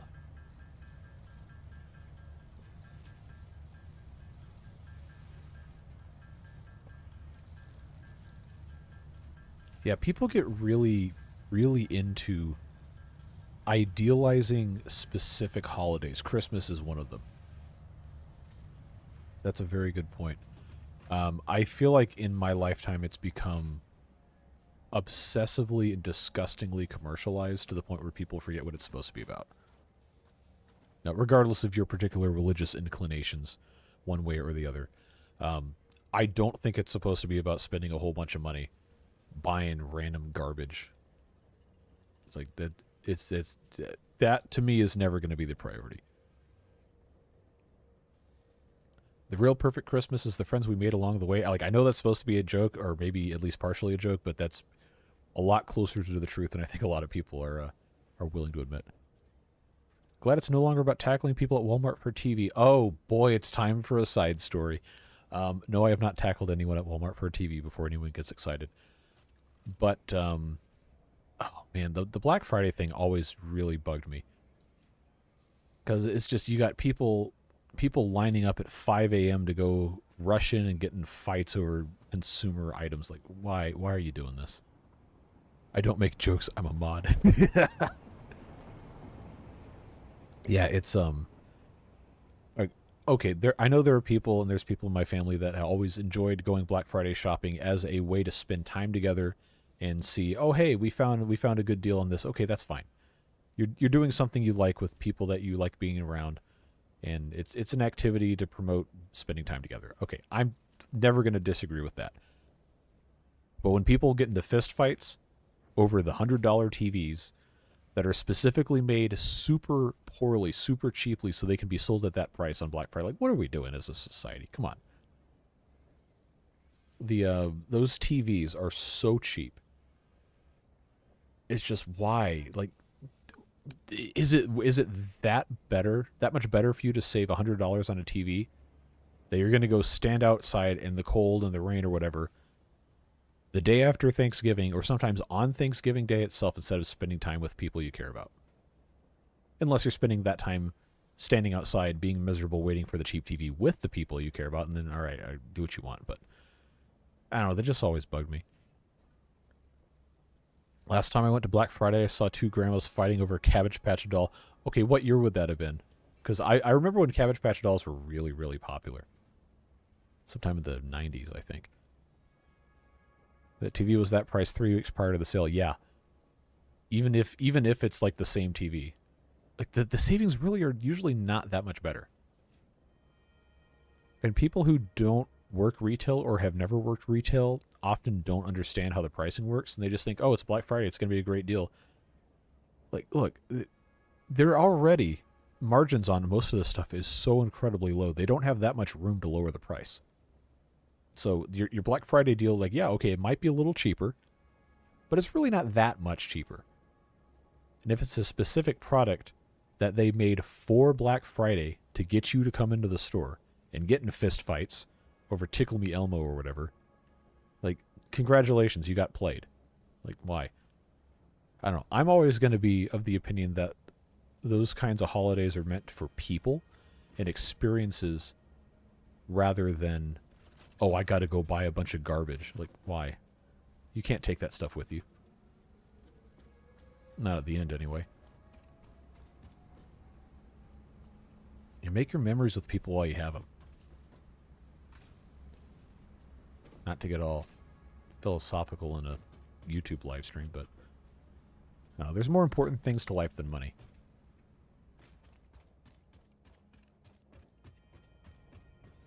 Barnum Bailey said there's a sucker born every... Yep, exactly, 100%. People get misguided, and they think things that aren't important matter a lot more than they really do. You missed the point. I'm being mummified with my 72-inch 4K TV. I'm glad we can laugh about this. Yeah, it just bugs me. Like, the conversation, it got to the point. This is pre-pandemic and all that, but it got to the point where the conversation at the Thanksgiving table a couple years was, what do you want to go do for Black Friday? Like, you can't just sit and enjoy a meal with people. You got to talk about going and saving $5 on some garbage you don't need. Oh, I don't have plastic. I need to get plastic.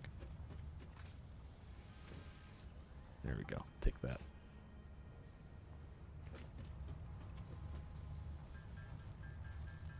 The Black Friday deals haven't been good in a long time. It used to be Cyber Monday for, like, PC parts was a really good sale. But now it's like, all right, okay, you save another 5%. Like, there's no incentive for me to get excited about this when it's not, like, some crazy, huge savings on stuff. Oh, I went to the wrong machine. I need to put the computers over here. I am absolutely not reading that.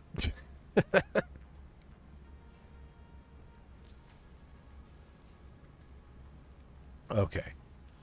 That's looking good. We're making progress here, even if it's Even if it's slow, we are making progress. We have almost a third of our adaptive control units done. We are well past the halfway point on the modular engines.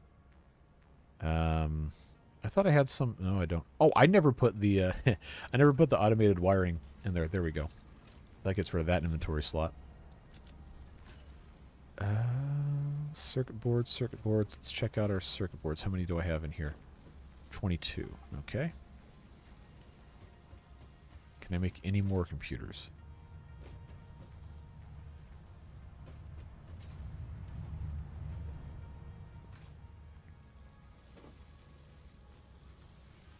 Yeah, I really need them to get more plastic in here. Maybe I should have made these faster conveyor belts. So this is only going to deliver 60 per minute. This uses 50. So I guess that's fine. As long as I can make computers fast enough to keep that everything going, I think we're okay.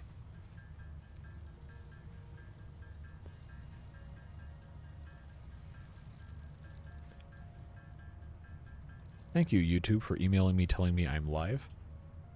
As always. It's never going to not be funny how ridiculous that email is to get. Okay, I got 2 of these here. We'll pop that in. Once the modular engines are done, then we can have both of these making adaptive control units, assuming they don't end up finishing at the same time. Yeah, the motors are going to be a problem. It's just always a slow process. So I guess I need to make some rotors to keep this thing happy. All right, so I can make 56. We'll do that.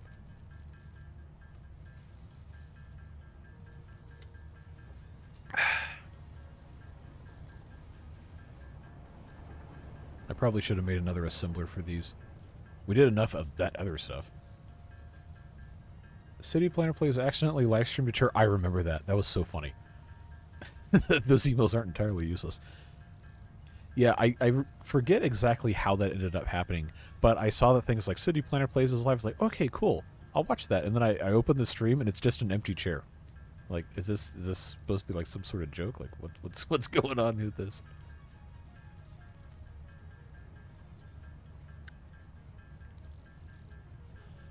Yeah, and my family's gotten a lot better about the Thanksgiving stuff. And I'm not saying that ours ever turned into only talking about the Black Friday stuff. It's just that's something that sticks out in my mind. Is people starting to prioritize that? Like, all right, we can't just sit here and talk about nice stuff. No, but that is the whole consumerism aspect of the Christmas. Like, oh, the kids have to have a billion gifts to open. Like, well, that's not what it's supposed to be about. But I think, for better or for worse, the events of the last couple years have kind of put a lot of stuff in perspective for people. And it's made a lot of us realize that some of the stuff we thought was important really did not matter at all. Get or reprioritize stuff in our lives. All right, so we'll get motors. I am going to get this going to full speed here. If we can keep the rotors fed here, I think that'll be good. I need more iron rods is the problem, and I can't really overclock an entire factory. I mean, I could, but how many of these do I have? I have 12. I have 12 power shards left. I'd need a whole lot more of those. And we're not really in a position to do that right now. I was going to say we should make a motor factory, then I remember this game is a series of Russian nesting dolls, and a motor factory would need 8 others, so it absolutely would. And now you understand why I don't just automate everything immediately, because it's a very involved process. It is just, oh, it's so much work. Because now I have all this spaghetti here after I said I wasn't going to have any more spaghetti. And if I wanted to actually build the factory correctly, it would probably take me 4 times as long to do it. But when it's set up, I wouldn't have to touch it again. It'd be perfect.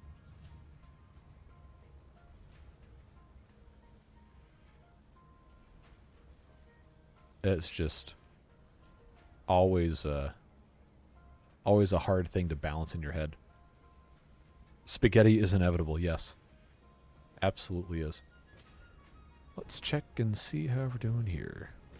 I got 4 of these things, nice, but I need to make more computers and I don't have any plastic. So, take this, take this. Let's go make computers. Pop those in there before that thing runs out of space.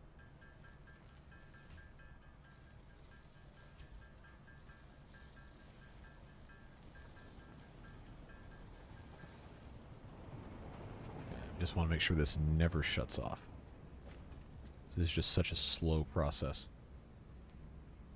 Yeah, probably should build a couple more of these, but the plastic becomes a problem. I just need to make 36 plastic so I can do that. Yeah, I got about another 2 hours worth of streaming I can do today. So hopefully we can get this done by then, or else I'm going to be kind of mad with myself, but it is what it is. Let's see what we can accomplish here. The modular engines, though, 500 of those is just stupid. Stupid hard to make. That's why I wanted to make sure that was good to go. And it looks like that will be. Now, at this point, at the very least, it will have some motors coming in. But it's not going to be, not going to always be operating 100% efficiency. And it still is only at 70. Because it was so long just like kept up without having all this stuff. So I think we can leave this alone for the most part. Oh no, is this out of uh-oh. If that's out of smart plating, I might have to start making more of that. So this is making smart plating, yes. Alright, I will turn this back on, regrettably, because now this is going to take even more of those. But I guess I should do math here. See, this is 1, 2, 3, 4, 5, 6, 7, 8, 9, 10, 11, 12, 13, 14, 15, 16 that I can see. Which is good for 8 modular engines. Plus the 50 in here, which is good for 25. Okay, yeah, I should have been making smart plating a long time ago. Should have been doing that, but I wasn't. That's going to take a long time. Oh, these rotors are going to be the death of me, man. It's going to take so stinking long to make these. Smart plating, what's its IQ? I would love to know. Probably not very high. It's just rotors and reinforced iron plates. Machines aren't very smart. Unless they're AI, which is a different story. But I don't know, what's that saying? It's like the computer is only as good as its input. Or garbage in, garbage out, etc. Do we have any cool stuff we can buy with our coupons? 28 coupons. I think this was the fuel. Wow. 8,000 per... Okay, alright, guess what? Guess what we're about to go do? We're about to go get some, yeah, we're about to go get some of the fuel out of here.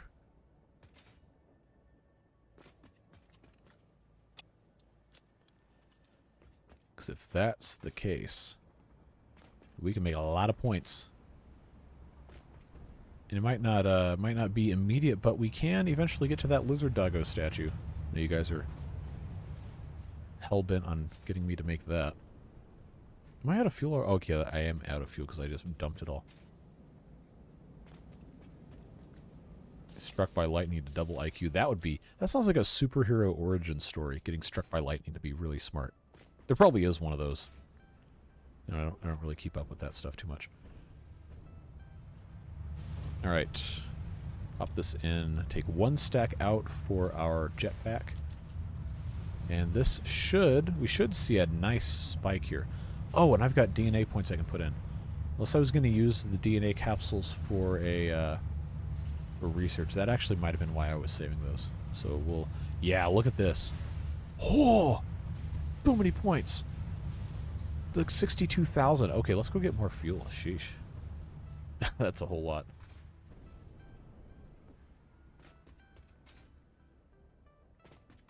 We're making so much fuel we can't even do anything with.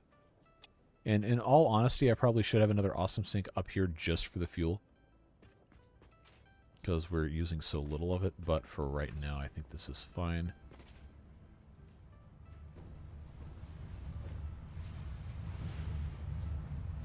Oh, I can't even fill this up. Is this already Mark 4? This is already Mark 4? Yes, I need the Mark 5, but that's locked behind Phase 3 of the space elevator. Alright, do I have another room for another stack yet? I sure do. This is going to take a long time. Well, I guess we can leave that alone for right now. Check out how other stuff is going. I've got circuit boards. I've got plastic. Let's make some computers. Hope you like watching this, because this is probably what we're doing for the next 2 hours. That's just the way it goes. Speaking of locked behind, really enjoying penguins. Yes, it is a lot of fun, even when it makes me mad. No, but it's so much fun with the exploration. It's just... I had no idea that even... I mean, I knew the exploration thing was a building you could build. But I had no idea it was so deep. And that is just... It's been such a really pleasant surprise to be able to go in there and find all that stuff. So I'm glad I gave that a second shot. Because I was about ready to just say, alright, well, we did it and that's it. We're going to move on. But it has been very fun. Not making fun of the game hammer and anvil to make a computer. Yeah, I always thought that was funny. Because it's just the handcrafting mechanic in this game is just... I understand it has to be simple because the intent of the game is not to be realistic. It's to just do resource management. But let's see. What's another funny one for hammering? Yeah, the computer is probably one of the best ones. But using a hammer on alien carapaces to make protein, okay, I guess I could see that. But then to make a DNA capsule with the same hammer, like, nah. It works on the ingots to make plates. That I get. That one for one makes perfect sense. But some of the rest of this stuff is just hilarious when you think about it. Did you get to see the penguin arrival? Yes, I did. And that's cool. I can't believe in the same video I missed it twice because I had the camera focused on it and then I got distracted by something else in another part of the screen.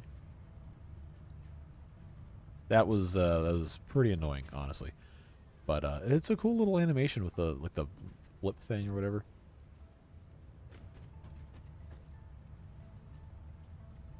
Oh, now I'm out of screws. Uh-oh. Alright, we'll go get some more of those. Wife couldn't stop laughing that you missed her twice. Yeah. That's, I mean, I'm glad she thought it was funny. Because I sure didn't.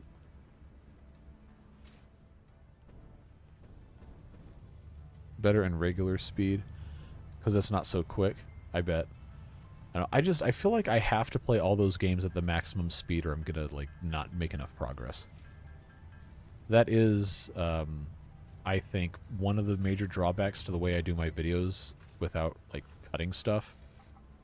Is that it's very easy to get sucked into the hole. You got to get as much done as you possibly can by just rushing through everything. Technically missed it 3 times because the whale ate the ramp right before the penguins. Oh, yeah. That also really irritated me. But we're going to get to the ice cannon towers probably next episode. So hopefully we can do that. Yeah, I gotta record... Oh, yeah, tonight I have to record Iron Teeth. Got to do more stuff with that. But Penguins is being, I think, at this point, the most fun I'm having recording something for the week is with the Penguins. Now, I don't know how much longer that series is going to be. Because I think we can probably get to the province one next episode if we're careful about... filling goals and getting happiness up and stuff. I think we can do it. I'm not going to guarantee we can do it, but I think it's possible. But after that, King is you have to have, well, the highest, and I think the one currently in the rankings has, it's like 8,000 or 9,000 reputation, and we're at 35 or 3,600. Yeah, there's so many islands. Yeah, that made me so mad when the whale had like the tiniest shred of HP left. And then just had to come back a month later. It's like, really? Like, you got to do this to me, game. Thinking a 6600-ish? Oh, well, that would be a lot more attainable if that's actually what it is. Yeah, the when I found out that you could sell penguins, I was like, all right, I don't know how to feel about this, but we're almost definitely going to be doing that because it's just too powerful of a mechanic to ignore. And then I got to thinking about it. Oh, okay, now we're out of automated wiring. What am I out of for this cable? I thought I fixed that. I thought I gave them enough cables. All right, I guess we got to go get more. But like you can farm little penguins, not educate them, and then just sell them to get buku bucks. Like, why? Why does the game let you do this? I would like to choose to believe that when you sell the penguins, they are not sold into slavery, but instead exported to other penguin communities that love and cherish them. But let's be honest, it's probably what it is. Yeah, the Fight Club. I'm kind of upset the game hasn't told me to build it yet, because I know it's going to be one of those goal things. But we're getting to the point now where we're stacking. Oh, I was going to get plastic. We're stacking enough of those badges to get some nice temporary boosts to the reputation. Plus the, I think we'll get a net plus 200 going into the next year because we have the extra badge, and then the plus 200 from the yearly goals just replaces the yearly goals from the previous year. So I don't think that's an actual increase in the amount of points, but I mean every single year we have unlocked a new badge, I think. So if we can manage to leverage some of the other stuff, and especially if we get the explorer thing nailed down a little bit better, where we can keep going back to the other islands that have reputation boosts that we can take advantage of, then I think we're going to be in good shape. We just have to be disciplined about stuff. So we should have about 44, 45 the adaptive control units once those all go into the space elevator. The modular engine's looking good. This can run automated for a while, but we do need to make sure that we're constantly feeding cables into this other thing, because this is out of wire. I guess I can fix that. Let's give it 500. This still has plenty of pipe. Stators we probably are okay on. Oh, no, we have none. Okay. I guess they've used all of it, but how many are in? Okay, yeah, see, this is going to be fine. We just have to have more cables. Taking a survey, how did you learn how to swim? I took lessons when I was a child. We had a some gym or whatever. I don't. This was 27 years ago. So obviously, I'm not going to remember everything about it, but my mom signed me up for swim lessons. Took swim lessons. I'm not good at it, but I can survive. Oh wait, hold on. I missed some really cursed stuff here in chat. Am I a war criminal? I don't know. Send me to Nuremberg. Either that or it's Soylent Green type of thing you're selling them into, then you buy the processed penguins back as seafood mix. Oh god. Oh, that's a terrifying thing to think about. Oh no. Oh, that's awful.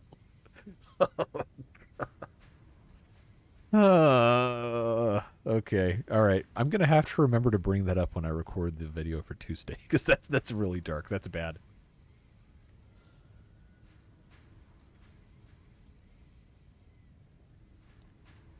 Yeah, where I live, we don't have community pools or anything. I know there are communities in the rural southeast that do. Mine did not. So the only way to like learn to swim was if someone you knew had a pool in their backyard, or because our schools don't have pools either. I know that's a thing in like big cities and especially the West Coast. A lot of schools in the 50s, 60s, 70s had pools at the school. My high school swim team went to there was a like a private pool complex wherever they did their stuff at. But the only opportunity I ever had to swim was we had family in California that had a pool, and I went in there, I don't know, 3 or 4 times. Or if you're somebody you knew from church or school or whatever had a pool and they said, hey, come over and we'll swim, and like, okay, I never really did, because we just didn't really have that much going on. But I know there are other parts of the country, other parts of the world where people do have access to that. They'll do a whole bunch more swimming than I ever did as a kid. High school opened in 1980 and it had a pool. I guess it depends on, like I was saying, what part of the country you're in. My county, none of the schools have a pool. They're just now putting tennis courts at the schools. But like the high school my dad went to in the late 70s, early 80s had a pool. They had a big pool. They had a whole bunch. It had all sorts of stuff. It's like, wow, really? Like high schools have all this? Hello, I was lurking for an hour on the phone. You are always welcome to lurk. The question on the floor from Roy, by the way, is how did you learn how to swim? In case you feel like contributing to that. But that was always the joke when I was in high school. Was like, hey, there's a pool on top of the auditorium, because you know you're on the ground, you can't see it. And it's got this. It has this like big white fence structure on the top, I guess to hide HVAC equipment or something. So that's always like, you know, the seniors have to. I use the term hazing. I'm not actually talking about like physical abuse. It's just like a stupid joke they told the freshman kids. And they there's like, yeah, you know, there's a pool on the roof of the auditorium. And the kids are like, whoa, that's so awesome. Yeah, and then later that year, Google Earth came out, and you could see the aerial view of the campus. There's no pool up there. So that kind of ruined that fun. Maybe I'm out of the loop, but don't coastal states learn to swim in the sea? I am 5 hours from the coast. So I've never actually been to the beach in Georgia. Well, with the intent of swimming. I went to, there's a sea turtle research facility on an island called Jekyll Island that I went to when I was in middle school for an educational, like a field trip thing. But no, I have never been swimming at the beach in my home state. I've been to the beach in California when I was visiting family there. I've been to the beach in Florida. Been to the beach in Alabama, Gulf Shores, I think. Been to the beach in Hawaii, but I have never been to a Georgia beach. I know that seems insane, but that's just when you're inland. There's just not very many opportunities to do that, unless people specifically like take a weekend to go do it. I learned to swim as most kids my age did. My grandma tossed me into the sea when I was 4. Well, that's one way to do it. Turtle Research Sanctuary in Tybee Island in Savannah. Yes, that's another great place to go. Have not been to that one specifically, though. Coastal Georgia's really nice. Like, they've got Savannah, obviously, a city that maybe some of you might be familiar with.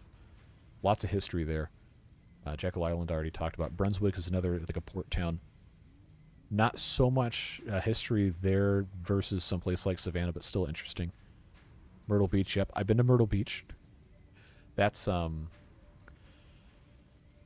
trying to think how far from me that is. Like, I don't know, 5-6 hours.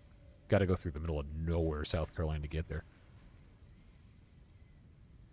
They threw me in the water at 2, and I already knew how to swim, and I scared my whole family by being knowledgeable about the world and already knowing how to swim. Well, hey, if I had a kid at 2 years old and he knew how to swim, I'd be like, all right, I got to watch out for this one. That's gonna, you got to keep an eye on him, or he's going to go get in trouble somewhere. Babies can swim reading something. Really? I mean, that doesn't surprise me. Like, babies are a lot smarter than I think people give them credit for. They just can't communicate, so it makes it seem like they're dumb. But no. It is fascinating. Like, what kind of behaviors and, like, stuff is innately, I guess, coded into the human mind. You ever see those videos of baby swimming training? They literally toss the 2-year-old in and they just flip over and float. I have not, but I would not be surprised. They swim for 9 months in the amniotic fluid. Okay, but do they actually have, like, the muscle tissue and the space to swim, or is it just they're floating in it?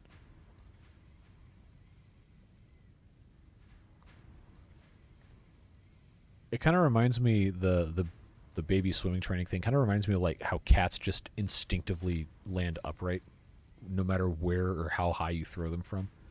Side note, do not throw cats. Do not abuse animals.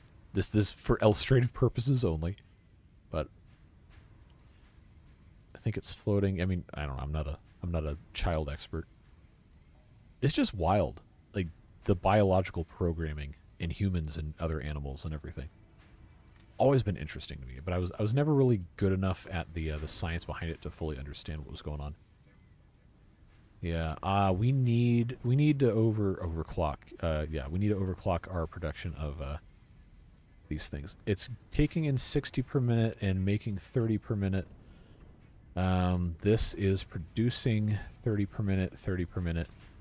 Yeah, so I got to chain overclock all of this. So if I were to do 60 per minute here, that needs 120 per minute, which means this one bit of conveyor belt needs to get upgraded to Mark II. This one tiny, tiny, tiny bit. I don't know that I can actually focus on it because it's so close.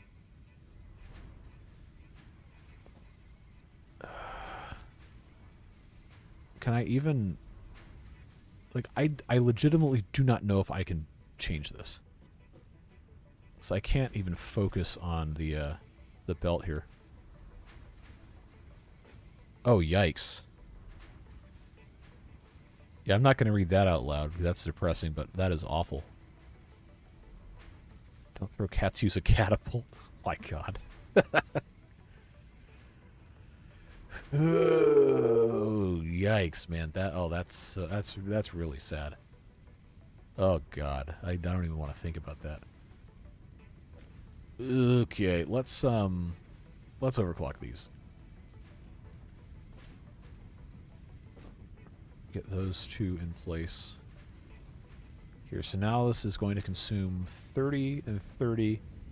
This is making 30. Oh, but it was splitting. Okay.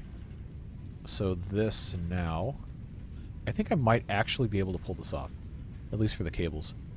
So now that's 1-to-1, 60, 60 output.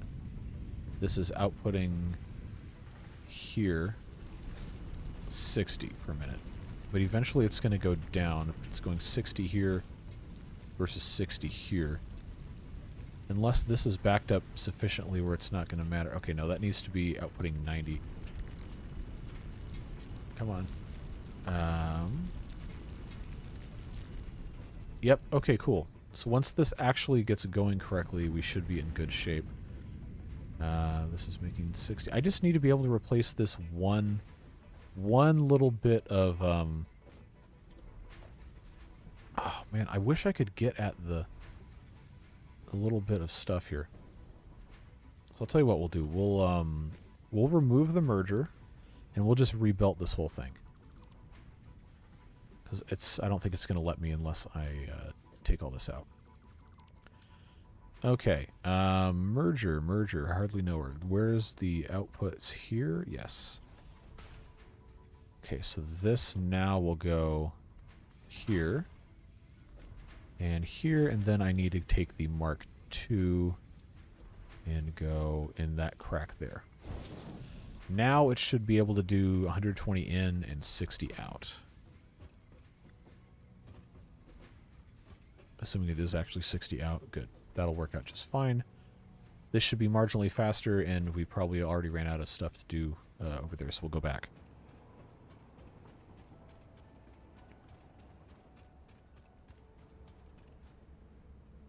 Cats have a range where they'll survive 3 floors, but not 4 through 9 and then 10 plus. I wonder if that has something to do with... Well, no, it couldn't just be not having enough time to rotate.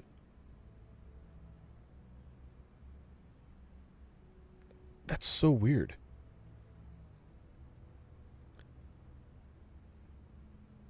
Because you would think if they could flip if they could flip enough to land safely from 3 floors, they would be able to do it from 4 to 9. But 10 plus, you'd be at terminal velocity anyway, or you would think. So how would you survive landing at terminal velocity, even if you land on your feet? That's a lot of stress to put on your joints, in your bones and muscles and everything. I don't know. Cats are interesting. Oh, so they ragdoll. Okay. Yeah, there's not a lot of mass involved. You're right.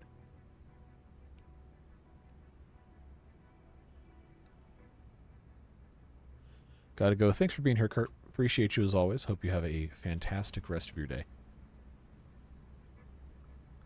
Human landing at terminal velocity has no more knees or... Yeah, it's... I don't think I care to ever see a video of someone landing ever again at terminal velocity. I've had that happen once too many. But, that is, a fascinating application of force equals mass times acceleration, I guess, is probably the best way to say that. Squirrels can't die from falling? Really? The only way they could would be to fall from such a great height that they But then they couldn't breathe if they're that high. That's so... I wonder if... Is that just because they have, like, sufficient surface area that it'll slow them down enough to where the momentum, like the force of the impact, can't kill them? Thanks, Kurt, for the 250. Appreciate you. Less value because I'm not a mod.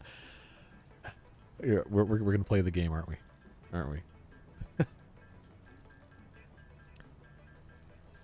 I'm trying to remember. I know there's a specific, like, variant of squirrel that, like, has loose skin that can kind of stretch like a parachute almost.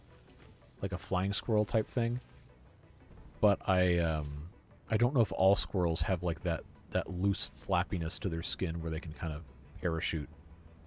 Or if that's just for that specific type of squirrel. I always thought that kind of stuff was really cool. Like, different animals adapt to different scenarios like that. Need to put in some more fuel. Keep that one stack. There we go. Oh, and I spent all that time getting the cables, and I didn't put them in the little container over here. Let's do that.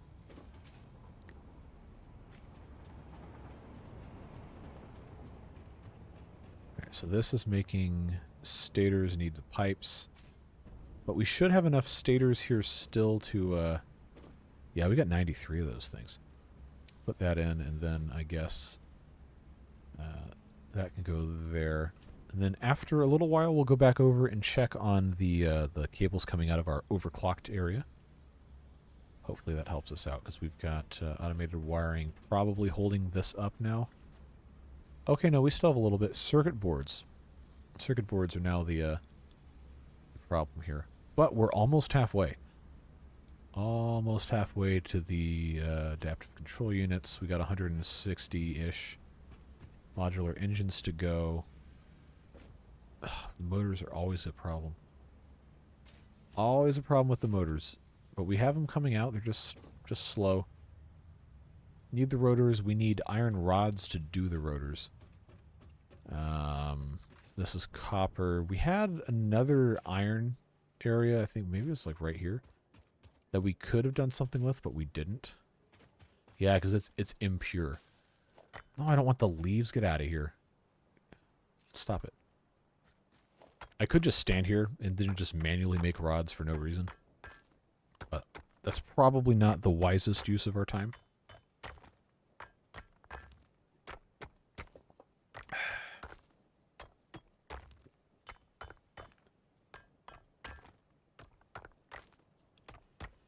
Yeah, I probably should set up a second factory. Make that first one probably exclusively for rods. We could make a lot more rods that way. We just have to have the plates coming from somewhere else. Basically comes down to low mass versus larger surface area that prevents them from dying to fall damage. Okay. That makes sense. I am so tired of sitting here mining. Wow, that's a lot of red. got to get more rods. So now we have to go in here and we have to make the iron ingots, and then we have to make the rods from those. And then we've got to figure out all the other fun stuff. It never ends.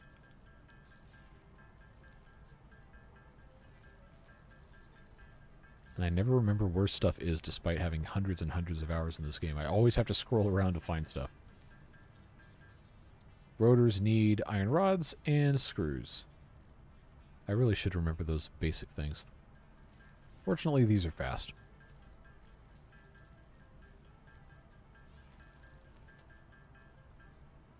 I can make 6. Yeah, that's not really going to help out that much, is it? Not going to be that fast. Why do I have so many AI limiters? I should store those somewhere. But now I've got here. I can put those in. And that works, I guess. I just wish I could make the rotors faster. The stators seem to have no problem getting made with any degree of quickness. Except these... Yeah, I was going to say we could take these wires out to go put them in the other thing for stators, but I don't think it's really going to be that big of a deal. I will take 4 of the stacks out. We'll go over here and do that. Yeah, because this is... Yeah, I'm going to use a couple of those. There we go. This is already empty. Yikes. Oh, we can't afford to have the automated wiring down that long. I mean, we still have a little bit of a backup here, and this is kind of future-proofed a little bit. Well, let's go check out what's going on with this. This is also a building that is not it's not set in order of the world grid, so I was going to want to rebuild it anyway at some point. Because this is a Mark 1 miner, I think. Yeah, oh, we could easily completely rebuild this entire thing and make a lot more stuff. But for the time being, I don't think I want to mess with that too much. Just gotta come over here and make sure we keep this process rolling. That won't last too long. Okay, and I think the motors have stalled the production of... Yeah, see, that's just... it's annoying that I can't make those any faster. Like, did I mark on the map any of these other locations we could maybe do stuff with? What's in these crates? I don't even remember what's in the crates. Normal iron all the way over there. Okay. There's a crate there. Yes, we can rebuild it. We do have the technology. You are correct. Which we might do at some point soon-ish, depending on how this ends up going. I really need to make sure the computers don't hold this back. Because if we go and forget about stuff for a long time, then we're definitely not going to get this done by the time I have to finish streaming today. So, let's see, less than 1 per minute. I've got another hour and a half, and I need half of my adaptive control units. I think we can still do it. If this is constantly fed. I think it's going to be okay.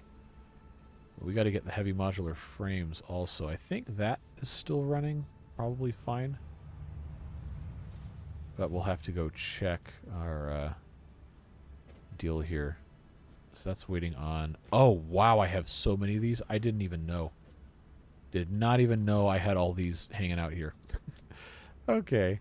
All right, so we'll have to remember this to come back and do that. The versatile framework, I do not remember what that gets used for in the future. But I know, well, we put 2,500 of them in there, but I know that's going to be a thing.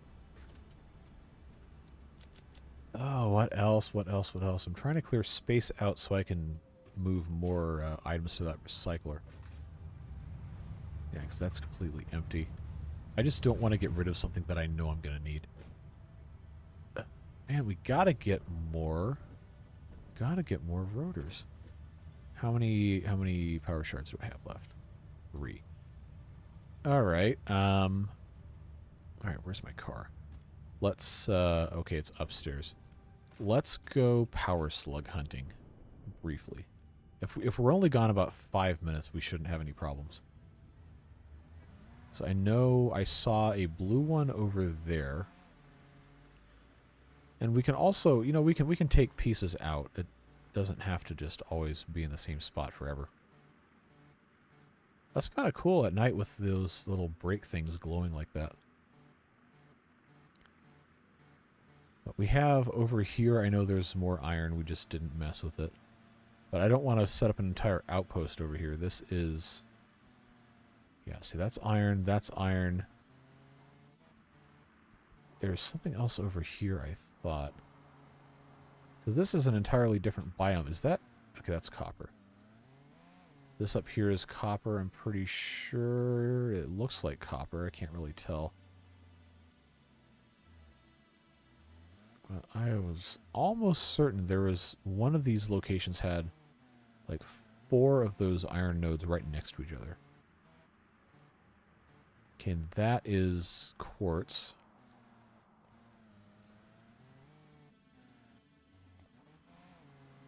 Is this the point of the map I put normal iron? No, it's not. But we'll go ahead and grab this. And then I gotta kill this dude. Get back here. I can't aim. Alright, hog remains 1.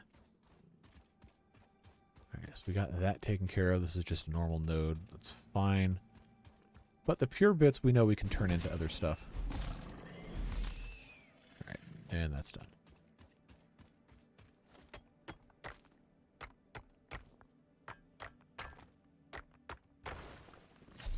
Alright, so that's progress. Here is our slug. There's probably going to be somebody up here we don't want to mess with. No? Okay. Well, I guess the blue one isn't the most powerful one, so I guess that would make sense. Anybody else around here? This is tuned for power slugs. Nothing in range. Cars over there. See if I can run into any of them over here. While we're here, that would make sense. Keep going and doing this, but I don't see anything showing up on the scope here. I guess we'll head back.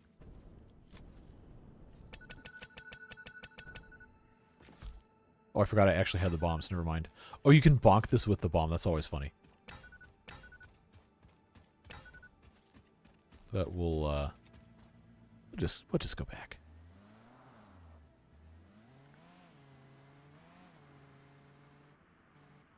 I know I marked the purple one's locations, but we can't get back to at least one of those until we have nuclear hazard suits. And then the other one was with a bunch of enemies that I didn't want to mess with, who I think were also nuclear hazards. What kind of... is this copper? I can't tell. Yttrium. Okay, don't care about that. This over here, is that iron? I think it was... Yeah, that looks like iron. Normal? Pure iron. Oh, yeah, okay. Yeah, we need to set up a, factory here. Yeah, you could not pay me enough to use a hammer on a 40 caliber bullet. That sounds like a terrible idea. Oh, man, that's a recipe for disaster right there. Okay, pure node, can I make... okay, I need to have other stuff to make a marked... So if I put a Mark II miner on a pure node, it's going to make 240 per minute. Then if I can feed that through smelters, etc., then we could make this whole factory just for rods right here. That would probably be a smart thing to do. But before we get too cozy here, I do need to make sure that everything is going to line up nicely. Do I have foundations? I do. So I'm just going to, real quick, since we're here, I'm going to get this to connect. Probably, I guess right here is fine. Yeah, we'll just build this. Nope, nope, nope, not that direction. Wrong direction. It's got to match. Always got to match. So that's going to go here. So I want to make sure that the stuff is put in the correct spot to where it lines up with the world grid. I don't remember who it was that said it had to be that way, but they've cursed me for all time to always be beholden to the grid. So I guess that's just going to be how it is. But if I can get the miner to actually attach to that. Oh, I can't because I don't have the portable miners. I've got to go get some of those. But if I can get that to latch onto that right there, that's going to be great. I imagine it's probably going to have to be down 1 or 2 more slots there. Joking about the world grid? No, you weren't. You weren't the. I don't think you were the one that said that. But that is one of those things that once I learned that it wasn't attached to the grid, I personally became offended with myself. Not anybody who suggested that. That's just the. It's one of those things like, man, like if I would have known from the beginning that was the thing, I never would have even tried to do it any other way. Oh, look at that. I can't make it because I need rods. Well, that's the whole point of what we're trying to do, is to make more rods. All right, so I guess I have to make... where are the... Oh, come on. Did I just forget how to make rods here? Because I don't have... Oh, because I didn't make the ingots. I just have the ore. Okay, we can do that real quick.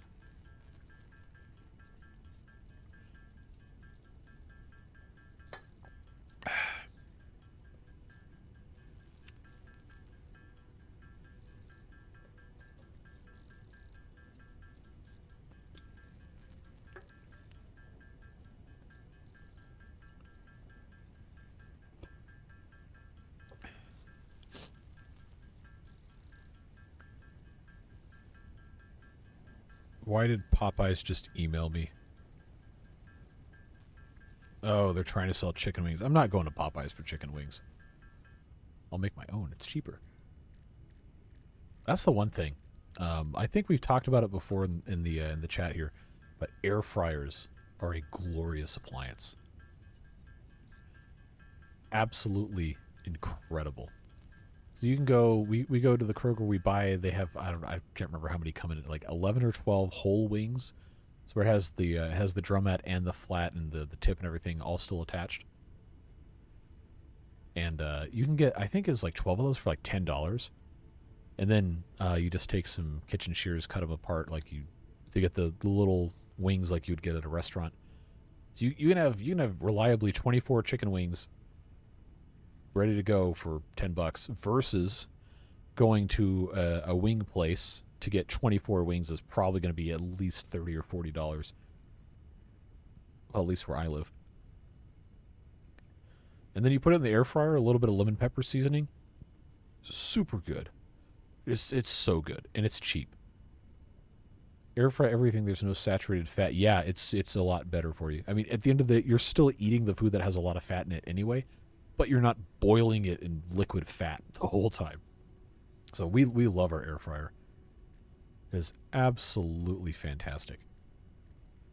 What was I? Oh, I needed the rods. I get distracted so easily. I need to make portable miners. I need to make 2 of these so I can make a Mark II. Then we will have a rod factory. And boy, will we. Give me this Mark II miner here. Steel pipe, encased industrial beams, and modular frames. We should have all of those somewhere.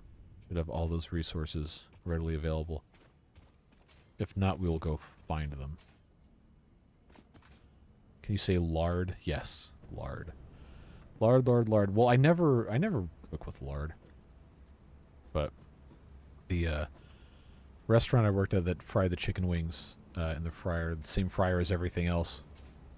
That oil, I think it was I can't remember if it was soybean oil or canola oil. It was probably soybean oil. But it's just, that's so much grease. Like, it really... Okay, you shouldn't be eating that stuff every day anyway, but it just really wears you down after a while having that stuff. A whole lot of it. But if you air fry it, it's not greasy. Any grease that is on there, excess just drips off, and you just clean the basket out. I love the air fryer, man. Oh no, I'm out of copper sheets. Did we actually process all the copper ingots in here?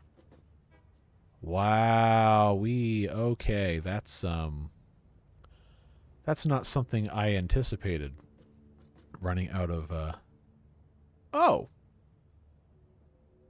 Well, how the turntables. We've got a lot of copper up here we can go get in a minute. But now I've lost sight of my original goal here. I need to yeah, the automated wiring is slowed down. Is it run out of... We've run out of cables again? How do you go through so many cables? Stop it. Ugh. This is why I went in here and boosted this. Yeah, I forget how fast this goes through stuff. Okay. So we'll just put all of that in there. I will keep a stack for myself so I can actually build things. But I guess 125 per minute, and there's only... Yeah, there's only like 700 in here. That's only going to last a couple minutes.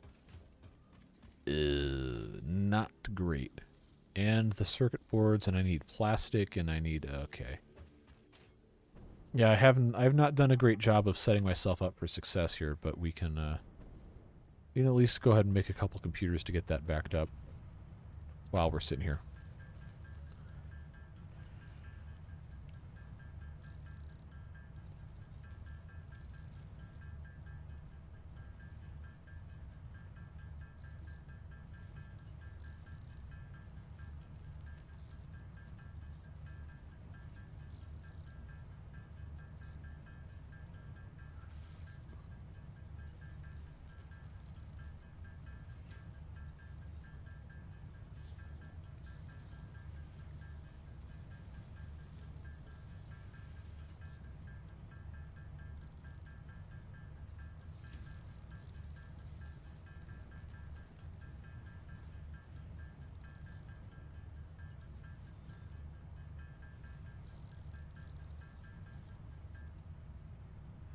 Okay, so we got computers. Can pop those in here. So we got 18 computers. That means I'm going to have to use all those 180 circuit boards. I got 41 left. I'll just pop those in. Wiring is going to take forever anyway, so by the time they actually run out of those, it's not going to be an issue. Heavy modular frames, we already know we got hundreds of those ready to go, which is nice. Let's see, what else was I trying to do? I was trying to build that whole rod factory. That's going to be a whole ordeal. I need to get modular frames, and I need... I don't even remember what I need. Where are the modular frames coming out? Here?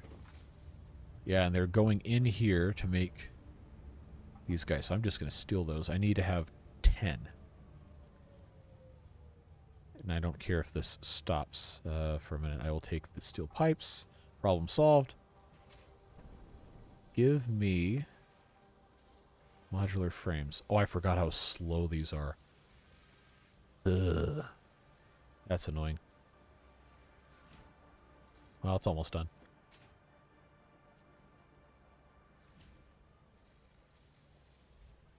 That's 8. That's 9. Hopefully... Oh, this hasn't even started. Oh, because it needs rods. How could I have been so naive? Alright. So we'll come back and check on that in a second. But as soon as we have that ready to go, 240 coming out of the Miner Mark II. We can overclock smelters, or we could just build a bunch of them. These do 30 at a time. So I would have to have... Okay, that's not finished yet. I thought I heard a sound. Listening to you all talk about saturated fats as my Stardew character chugs mayo for heals. Yep. God, I love that game. I need to play it again. But that's another one of those things that I takes so much time, I just can't justify doing it unless I'm making videos on it, which it's not a city builder, so YouTube would bury me. Could be a good Twitch game, though. It might be fun. I really got to stop talking about, oh, it could be fun on Twitch and just shut up and do it. But that was one of my summer goals, was to figure out a more regular schedule for streaming. It's just hard because, you know, stuff comes up. What's the saying? Best laid plans go to waste. Well, okay, waste is not the correct term, because spending time with your family and taking care of stuff that you have to take care of is never a waste. But it does throw off your other plans. Because I wanted to try and commit to streaming 3 days a week. 2 here on YouTube and 1 on Twitch, to just do variety stuff on Twitch. But then other stuff comes up, and then it's like, okay, well, this is done, but oh, surprise, you got to do this, or hey, we really need to do X, Y, Z around the house before it gets too hot to really want to do stuff. And like, okay, whatever. I guess I can spend my time improving my actual physical life, and not just talking to people on the internet, as much fun as that is. But we really need to make sure we are keeping on task here. Got 8 more of these ready to go in. I probably could have just connected the output of this straight to the space elevator itself, but it's not making things fast enough for me to worry about having extra. Modular engines going by, that's fine. I've got enough to make a Mark II miner. Smelters, I was trying to do math. Making 240 iron ore per minute divided by 30 is math. That's 8, I think. 8 smelters. Which I guess I actually have all the material for. Didn't think that was going to be a thing. So that's going to give us 240 input. I can't remember what the output of a smelter is. Is it half? I guess I could just go look and see, because I have this entire factory over here. Oh, that was a mistake doing that way. Depends on your family. Yeah, that's very true. I have been fortunate for the most part to have a family I enjoy spending time with. I know not everybody has that luxury. Okay, 30 in, 30 out, good. So that would be 240 ingots per minute, and then upstairs we have, just take the ladder here. I think the rods are a 1-to-1. This is making plates. Then this one is making rods. Yes. So we could have 240 iron rods per minute coming out of that bad boy. That would be cool. And then this could just immediately get turned over to making iron plates. We already aren't using all the iron plates we're producing, so I'm really not going to be worried about it. Because the way I have these belted now, I don't think I want to change anything, because this is working quite nicely. But that's good. That's good to know. So constructors, I need to make 8 of those. Do I still have enough materials to build all that? I do. Oh, this is wonderful. Logistics-wise, okay, I'm going to have a lot of Mark III belts. I can just go get more steel beams. That's fine. Probably most of it is going to be fine with the Mark Is until we start assembling the conveyor belts to merge stuff. I think we're going to be okay. I'll just get a bunch of the steel beams. Hopefully I don't need too much Mark II. I could just belt the entire thing out of Mark IIIs and just call it a day. That honestly might be a better option long term. Oh, neat. This is just constantly running. Cool. 644 per minute from all of our extra here. I did not realize that was still happening. Oh, where do I have all my steel beams? Do I have to go all the way over to the steel beam thing? I probably do. That's probably exactly what it is. Because this is making screws, and that's more or less... I guess that's not 100% efficient, but it is about as efficient as we could make it. This might actually be... Yeah, it's full. Waiting for the trucks to come get it, so it's not running all the time, but... Hello? Oh, man! Really? Game crashed. So why... It does. Okay, exception divide by 0. Are you serious? Please provide detailed information about what you were doing when the crash occurred. Okay. Opened configuration dialog box for truck station and the game crashed. Okay. Restart the game. Man, I think I had the autosave set to every 2 minutes now, so we probably shouldn't have lost too much. But that's still annoying. And I was just thinking, it's been a long time since the game had a crash. All right, continue. Divided by 0 and something went wrong, please advise. Yeah, I'm not a math guy, so can't help you there. Okay, so we were standing up here. We didn't actually lose any progress. We just lost time walking. All right, that's fine. So we'll just head back on over here.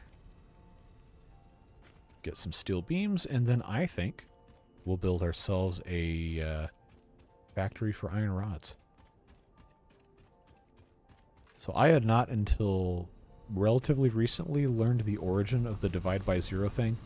Someone had linked me a video of an old mechanical calculator dividing by 0, where it just keeps turning and turning and turning and turning and turning. So that was interesting.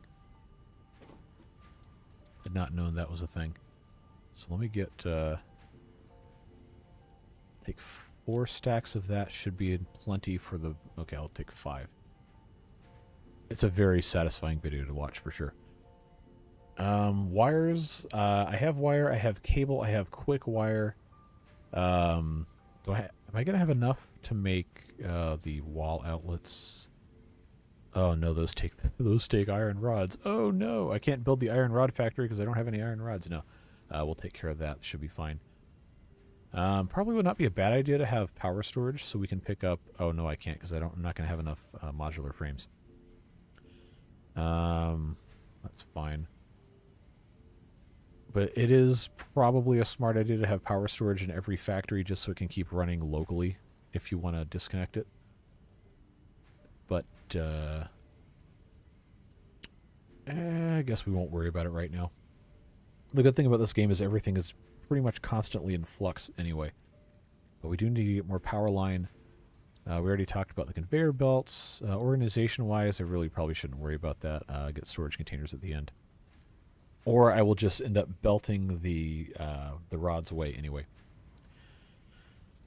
Okay.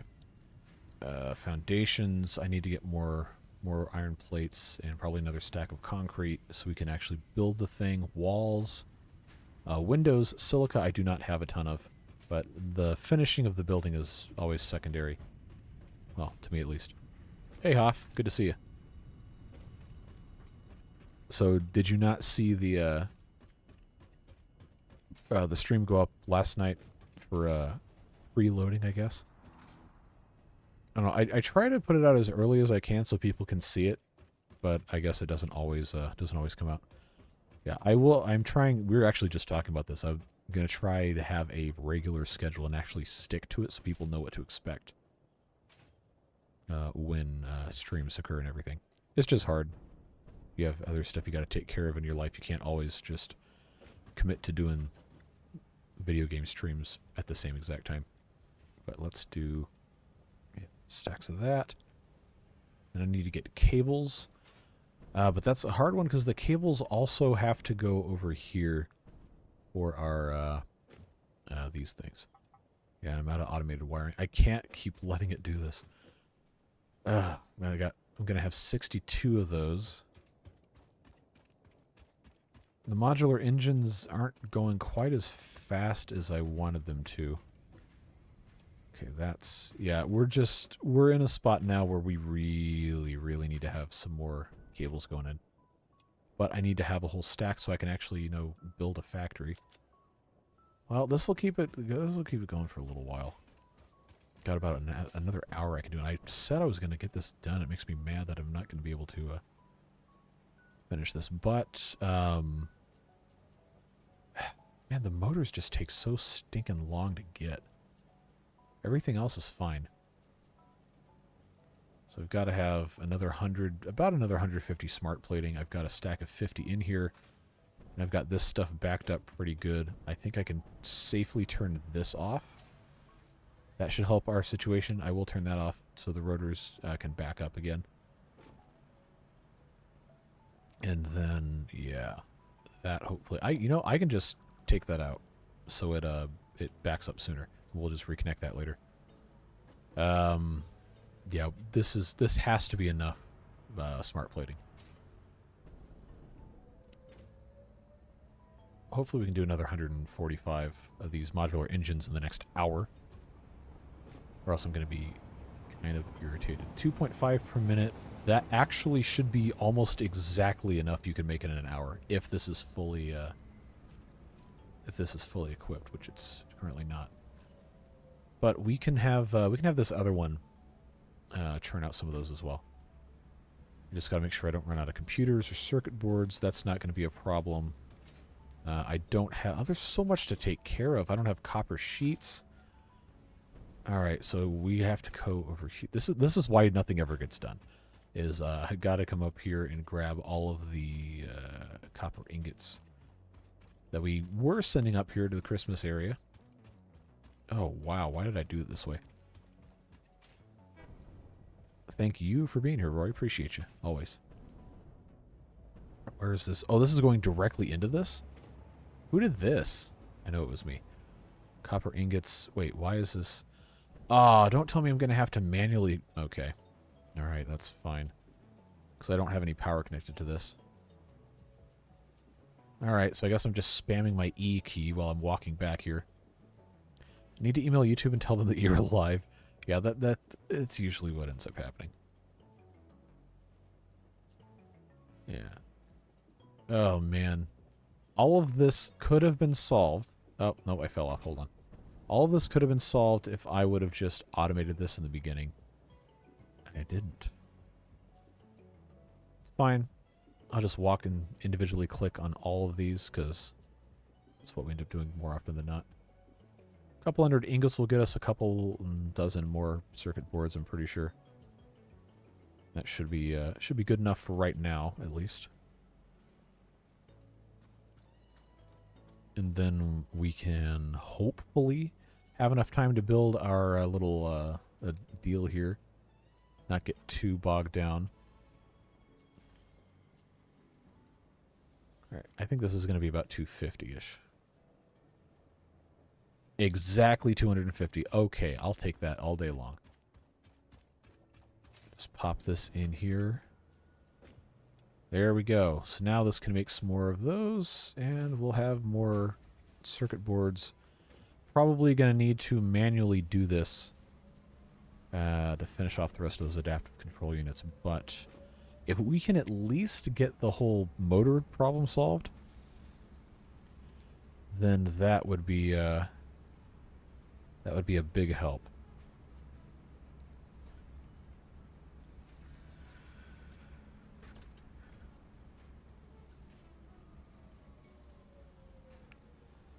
Now out of motors again.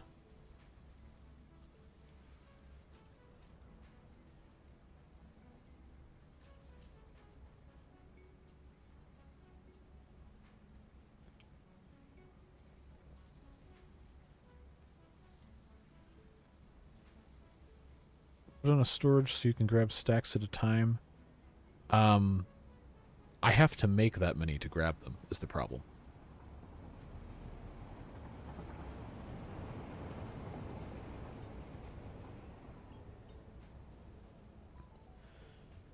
Yep, I need to figure my life out here.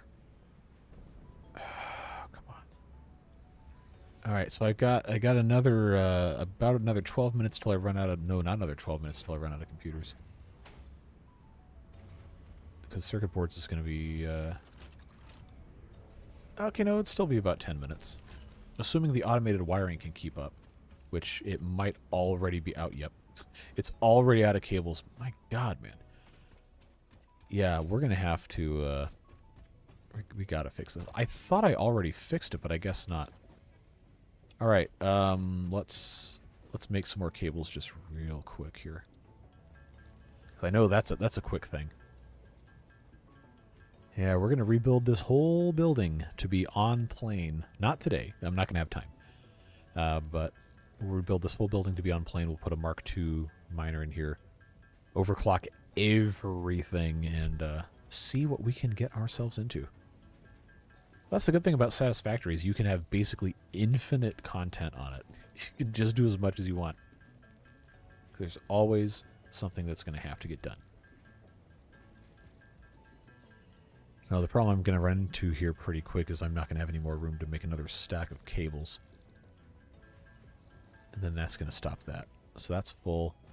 I can swap out the half-full stack with the full stack, and we'll go back to the future. All right, cables. Fill that up. Yeah, remember like 20 minutes ago when we were going to build that iron factory? Mark III miners, yes. Not in the near future, no.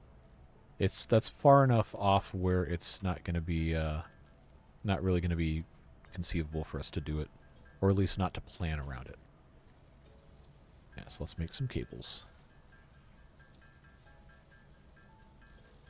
The Mark III miners are hidden behind Phase 3 space elevator stuff. It could be Tier 7, could be Tier 8. So we will get to them, but it's going to be a while before we do. Right now, we just have to keep up with what we're getting at. Kind of bit off a little bit more than we can chew, but it's fine.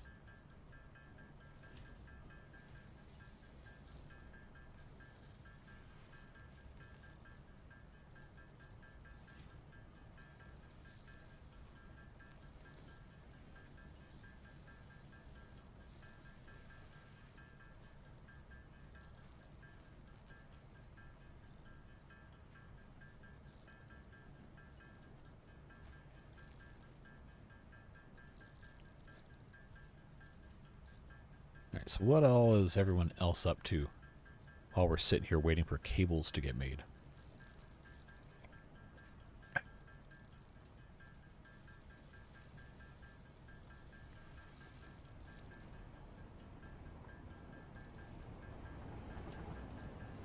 Been reading the Mech Touch. What's that about? Besides mechs, ostensibly. Mining so much in SDV. Yeah, the SCV, that's the thing from StarCraft, isn't it? I think. One of the is that a Terran unit, the SCV? I haven't played StarCraft in forever. Yeah, I like the mining mechanic in Stardew. Especially like toward the mid-late game when you start having the ability to just go super, super deep. And getting all the oh, what is that? What is that ore called? Iridium, I think.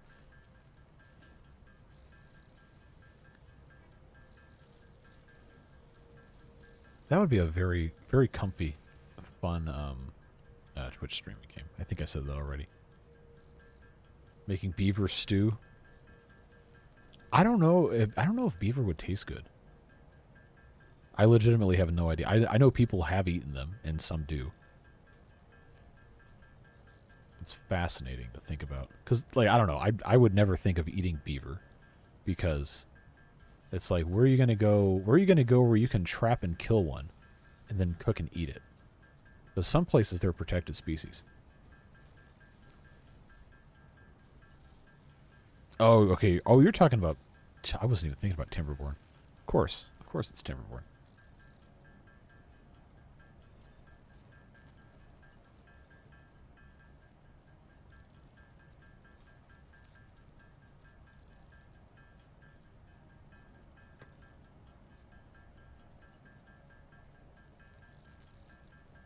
Yeah, I don't think I eat horse either. And pigs are terrifying, because you wouldn't even think that pig could possibly be like a dangerous animal to eat, but like they eat anything. And especially now there's that what's that avian flu thing that supposedly is mutating and spreading to different animals. Like, okay, let's think about where our food comes from for a second here. I don't know. talking about you gotta cook your eggs all the way. It's like, well, I don't really eat eggs that much. And then I thought, like, wait, literally on Wednesday I went to Waffle House and I had eggs over medium, and they were not cooked all the way because that's what eggs over medium is. Like, okay, maybe I won't do that for a couple of weeks until they figure out what's going on. But the more you learn about how food, especially commercial farming, is made, the more it makes you think about, should I actually be eating this? I don't know. I'm just a guy who plays video games on the internet. Alright, I'm going to give this 5 stacks of cables, which is all I can make, and then hopefully that tides this thing over for a while, because it's getting close to not having enough here. Yeah. Alright, and I need to have at least half a stack. I'll just keep the whole stack of cables for myself. Burger King in the UK was serving horse. Okay, was that like actually proven though? I feel like they're not going to get away with that. But I also at the same time kind of wouldn't be surprised. Raw egg with sukiyaki. I want to eat so much more like Asian style food than I have the ability to find. I've never hated any of it that I've had. Like even like kimchi, as weird smelling as that is, it can be nice to have. You got to be careful with the eggs though. They're expensive sometimes. The thing about serving horses is that it's not the horse is unhealthy, it's that they were advertising it as beef. Oh, you absolutely can't do that. Oh God. Oh, that. All right. That almost bothers me more than the fact that they're serving horse, which I don't know. I guess different cultures have different values about what is and isn't permissible to eat, but don't advertise it as beef. My God. Can't get away with that. Like even like the difference between beef and bison and deer is you can instantly tell when you're eating it. So how do they think they're going to get away with that? I don't know. I feel like I need to shut up and play the game. I feel like it's not really even like economically viable to breed horses for like food meat. I just, oh, now I'm out of wire, of course. Duh. I need wire to make stuff. Like, horses are so expensive to, like, breed and raise. And they have other value besides eating them. Horses, is it really cheaper? I guess I don't know everything.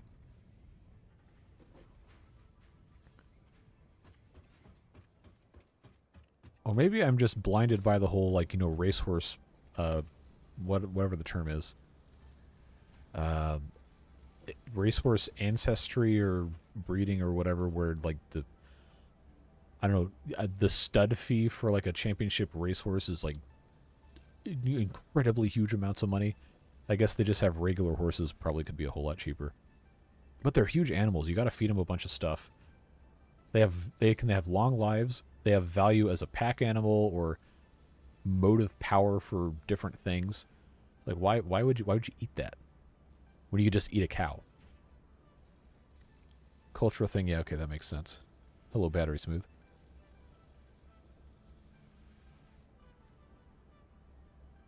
Australia eats kangaroo. That can't possibly taste good. Horses can be worked to death and sold, unlike beef that has foods. Ah, so it all wraps around to the economics of it, huh? You can ride cows? I mean, yeah, but they're probably not very good pack animals. Okay, well, okay, the cows that we breed for beef and dairy here. But I know, like, steers, incredibly strong. Kangaroo burgers are supposed... Really? Well, I mean, I've never been to Australia. I have no idea. But, I see these pictures of kangaroos that would, like, I don't know, destroy Mike Tyson in a fight. Like, kill him instantly. And I just think to myself, why would you want to fight this thing? Oh, this is the wrong one. Everything always comes to money. Yep. That is the sad reality of life that we find ourselves in. I detest it. Well, I don't detest life. Well, not usually. I hate that everything's about money and people put it over, well, relationships and simple concepts like being a good human being and valuing other people. That really bothers me. Okay, can I have this built out this way? I think I can. All right, give me the Miner Mark II. Oh, cool. Nice. I did not think this was actually going to snap at that high of a space. Is this actually going to be centered like this? No. Not quite. Okay. So now I got to decide which way I want this to go. I think I want it to go... Come on. Snap, thank you. I think I want it to go that way. According to my Australian grandmother, kangaroo burgers taste great and they taste better knowing there's one fewer of those. Okay, your grandma's awesome. I have had ostrich omelets before, which I guess functionally it's just a big egg, but that was good. Ostrich sausage? I don't even think of, like, half these animals I don't even think about eating as meat. I just think about, like, the byproducts, like you get the eggs and the milk and everything. Tastes like chicken, not surprised. Oh man, I'm gonna get so distracted again doing. I didn't even get more concrete. I was gonna do that. Well, I got almost a full stack. It should be okay. Okay, let's see. What direction is this facing? Wrong direction. Stop that. There we go. Ah, what? How? Where did it go? It was right here. All right, this is freaky. All right, let's try this again. Come on. There you go. Good job.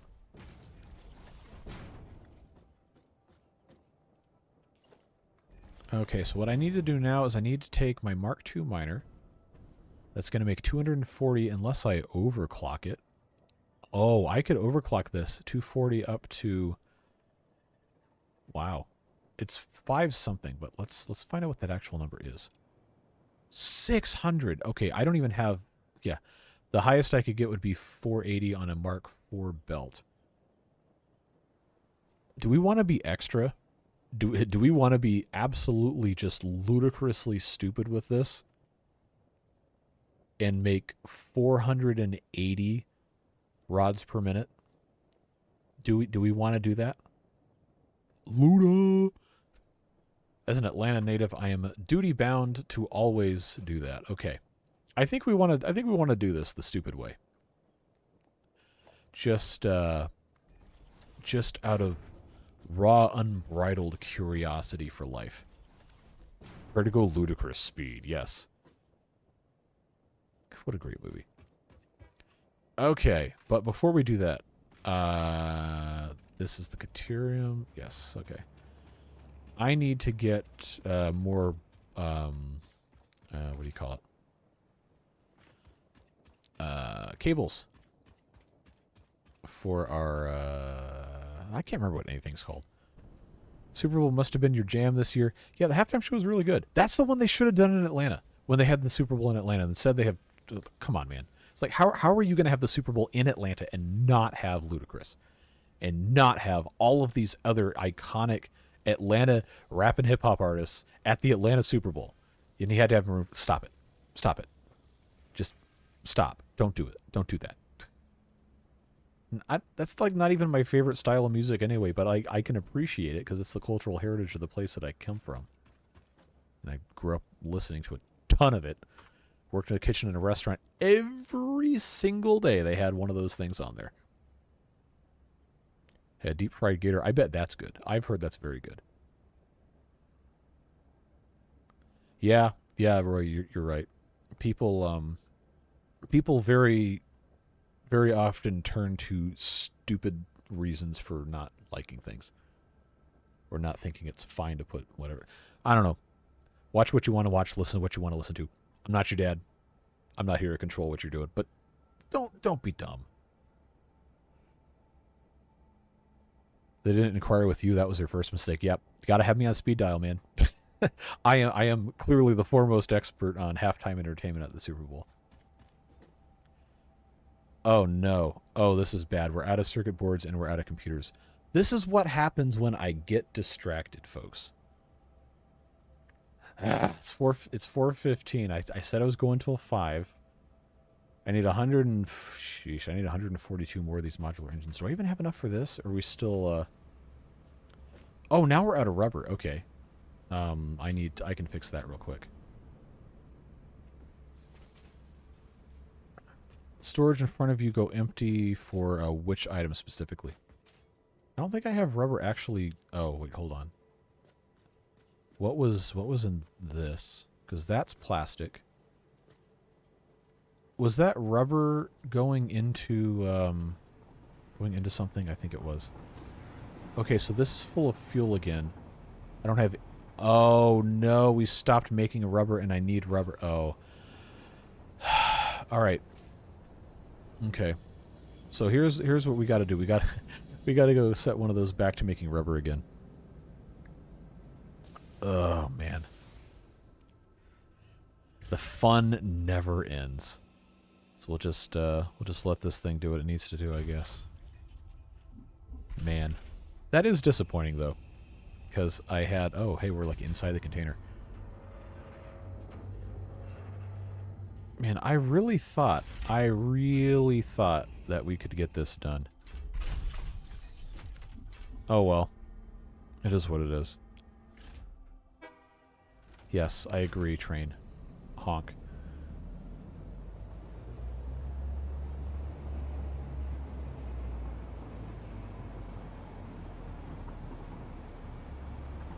Well, we're going to do our best. Honk.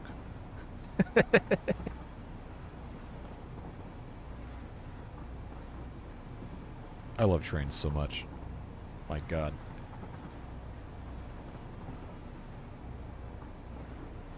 Have a friend for a very long time. He said one sentence I had to smack him in the back of the head for. He said that he made $1 million last year. He didn't make enough.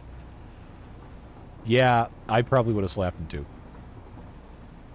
But at the end of the day, I feel like money is one of those things that after you reach a certain point, it just continues to corrupt you instead of adding value to your life. Like in economics, the term marginal utility comes to mind. Where it's an issue of one human can only really make use of so much of a specific resource or whatever before it just becomes like superfluous. Now, if I can get back to the train before it leaves... Oh no, oh no, oh no, oh no. I made a mistake. I aimed poorly. Alright, I'm very clearly not going to make the train before it leaves, so I guess we have to just walk back. But I don't know. Like, I've not kept this secret from you guys. I have never been wealthy. I don't think I'd want to be. Because there's only so much money you can actually use before you just start hoarding stuff you don't need. I don't know what that point is. I don't know what the break-even point is on whatever. I've heard different things. Oh, hey, hog remains. We can grab that. I've heard different numbers from different sources or whatever, but like, I don't know. I don't ever want to have a life that's just chasing after infinite money. Like, what are you going to do with it? Again, you can't take it with you when you're gone. Spend it while you're here or pass it off to somebody else. Like, at what point is it enough? Right? Like, there's only so much you can do with it. You actually can't overclock the trains. I tried. But when it's in automatic driving mode, it'll go about 120 kilometers an hour. And if it's in manual mode and you're driving down a hill, it will go substantially faster than that. But I don't know what the theoretical maximum is. On my other map, I got it up to about 250 on a particularly long slope. But it doesn't seem to have a limit. Gonna die like Tesla did, talking to myself with a whole bunch of secret papers around me. I mean, hey, I think personally that would be preferable to just hoarding my wealth and making the world a miserable place. Tesla really does not get enough. Nikola Tesla, the inventor, does not get enough credit, I don't think. Is he, like, correct me if I'm wrong, but I'm pretty sure he was the guy who didn't even want to patent any of his inventions because he wanted people to have the benefit of it instead of just having a whole bunch of money. Let's not get run over by the train.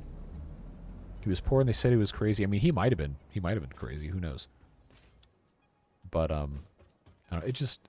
The endless pursuit of wealth at the expense of the well-being of other people just absolutely infuriates me.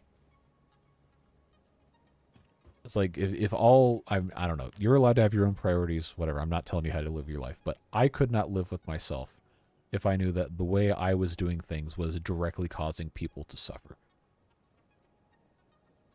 Fine line between insanity and genius. Oh yeah, that's the truth. For sure.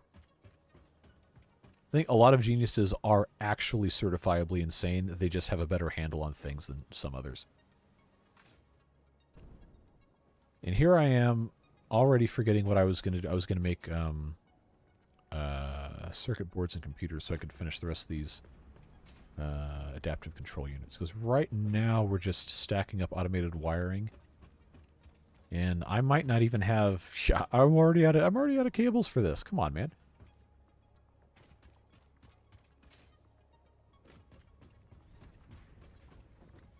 I only have this many cables anyway.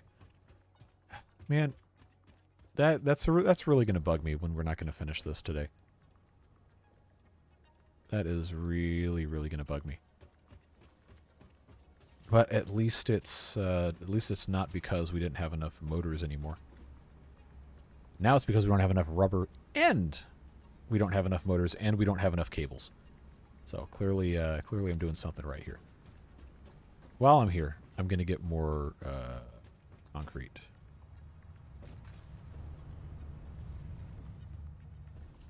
And then we can go over, we can build our stupid huge factory and then forget about it again.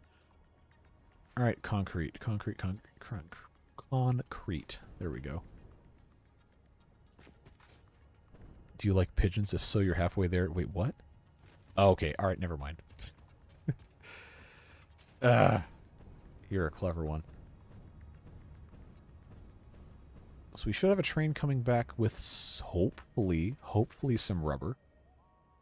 But the issue we're going to run into now is that this can't get stuff out because there's so much fuel just backed up here. I'm going to be very interested to see if this has any rubber on it at all. True rotors were the friends we made along the way. Were it so easy. Alright, let's see what comes in here. Can I not open this? Or is it because it's interacting with the train? That's probably what it is. They said I was a genius in college. Technically, I'm crazy. I don't want to harm anybody or myself. See, alright, I have a theory about quote-unquote geniuses or whatever. I think everybody has an aptitude for specific stuff, and only some of it is recognized as valuable by society. Obviously, some people are going to be more intelligent, less intelligent, whatever. But it is very rare that I've run into someone who has not been incredibly good at least one thing. Are you serious? There's no rubber in here? Oh, okay, no, it's already going that way. Okay, that's fine. All right. That makes me feel a little bit better about that. But I can at least make circuit boards. We are never going to end up finishing this. EQ? You talking about like IQ? I'm also not necessarily convinced that IQ actually has that much value in determining someone's intelligence. Because an IQ test is basically just it's a test on how you can do logic puzzles and math. That's basically all it is. So if you're not good at those things, then obviously you're not going to show up as being a high scorer on the test. But that doesn't mean you're stupid. It just means you're not good at that specific task.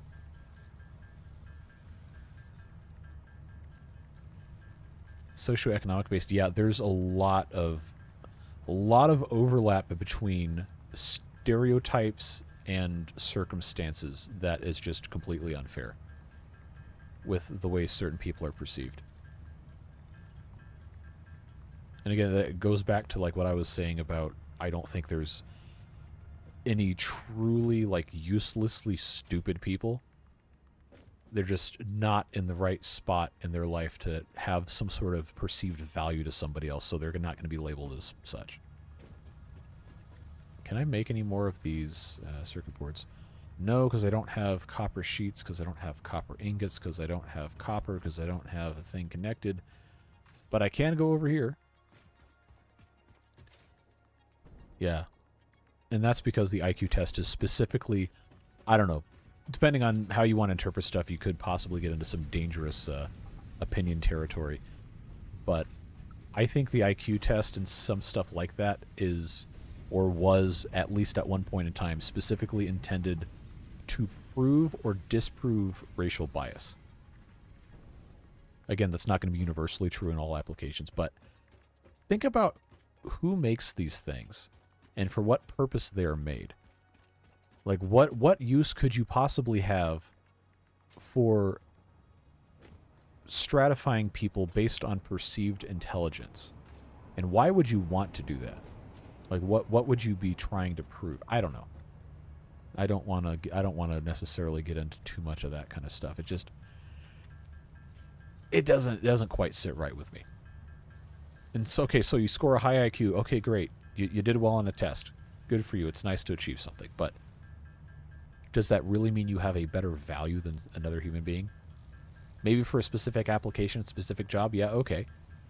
But at the end of the day, are you really better than somebody else because you scored better on a test? No. EQ is like IQ, but it's emotion. Okay. I don't think I heard of that. So I wonder, because that seems like it would be a lot harder to measure because it's not really that much of an objective analysis. It would be more subjective, person to person, scenario to scenario. I think, at least. I don't know.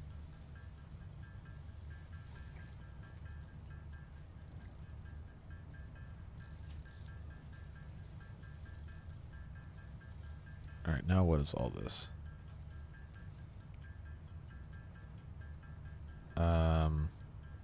What in the world? Okay, that's got to be spam email. No one's better than somebody else because they're smart or rich or have a fancy house or a DeLorean or limo, or no one's better than anyone else when they're all the same. I like that way of thinking. At least from the perspective of the value of human life, person to person.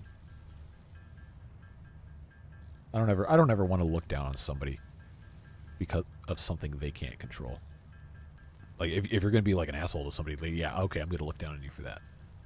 No, but just because you didn't score high on a test or you're not good at item X, Y, or Z, that doesn't reduce your value as a person.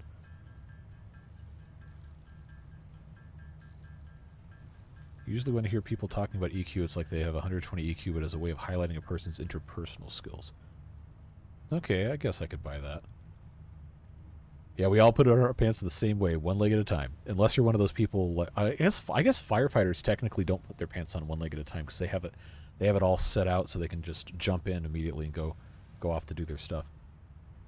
So, all right, I guess that does kind of break down, but yeah, the intent behind it's the same. A way of talking about different kinds of intelligence. Okay, yep, that makes sense. When I was in college, I was in an organization that had us do leadership testing, where it kind of like evaluates, supposedly, your skill sets and your aptitudes for different things. And I don't know if that's universally something that's always going to be useful or helpful, but it was interesting when you get the results and it has these graphs of, on a scale of this to this, you have demonstrated this kind of aptitude or affinity for this kind of communication or this type of interpersonal reaction or whatever. And then, of course, you take the test like, oh, this is a great leadership building activity, and then nothing ever changes because, organizations are dysfunctional all the time. But it is interesting to learn about that kind of stuff. What day of the month does your gift reset, or is it 30 days after when you last gave it away? I actually don't know. But I think I'm going to find out. Let me open this up on my phone here while we're sitting here waiting for stuff to get made. Alright, I'm not even logged into the correct YouTube account. Let's do that.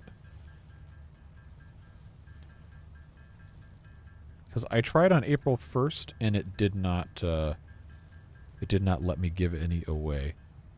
Okay, episode 21 live. Oh, I have to watch an ad to go to my own live stream. Okay, well that's my fault for having ads turned on. Okay. Membership gifting.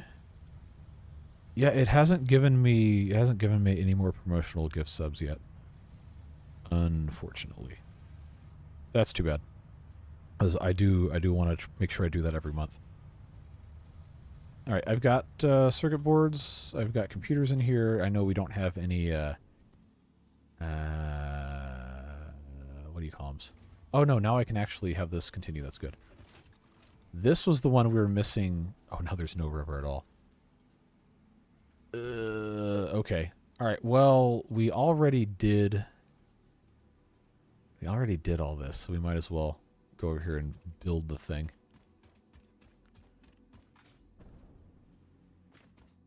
Yeah, I put my socks on and then I put my shoes on. I can't do sock, shoe, sock, shoe. That just, something about that just breaks my brain. Like that shouldn't be possible for that to make sense, but hey, whatever. Do what you want. I'm not your dad. Okay, so this is going to come out of here. And then I think what I will do, if we can... Oh, why did that do that? If I can get this to set up the right way, if I can have 8 smelters and 8 constructors on either side, I can just have this be a manifold going out. I think we can make that happen.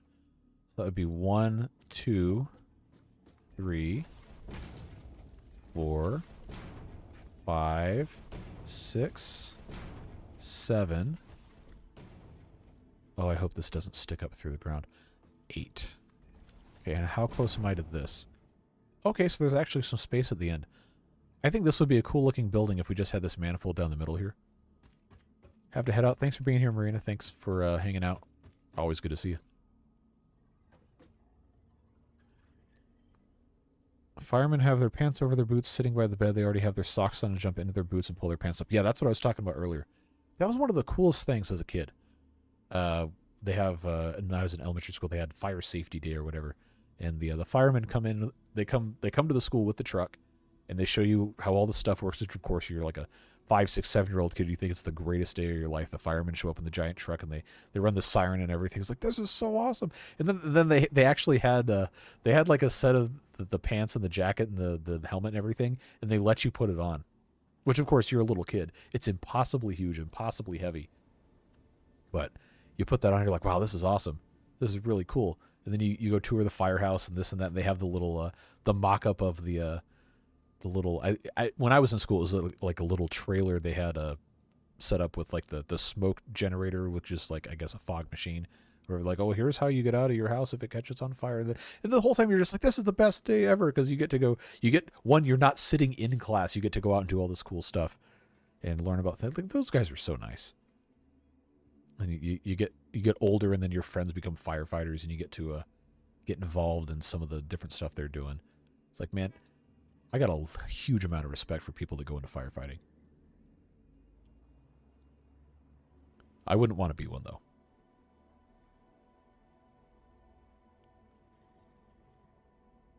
Oh, now we're getting philosophical about socks and shoes, huh? Socks and shoes represent different stages of the home to be in the situation where you'd be putting shoes on, you'd already have your socks on. I guess it depends. Wow, whatever that is, that planet moon thing, whatever, that's going fast. I didn't think it moved that quickly. But when I'm at home, I usually don't even have socks on. Well, I also try to keep the floor clean. That's an old moon. I can't wear shoes in the house. I can't do it. It's so nasty. Because you have all that stuff outside, especially in the south in the spring. It's pollen season, There's just yellow stuff all over the ground. I guess in the winter sometimes I'll have socks on because it's a little warmer, but no. If I'm not leaving the house, I am not having shoes on, and I probably won't have socks on. I need to play the game. I need to shut up and play the game. We're never going to get anything done. Alright. Oh, I need to go to Zoop mode.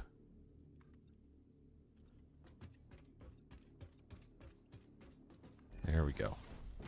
I get so excited talking about all this other garbage that I don't actually get anything done. Okay, so this is gonna be... Actually, I need to have another layer of stuff here.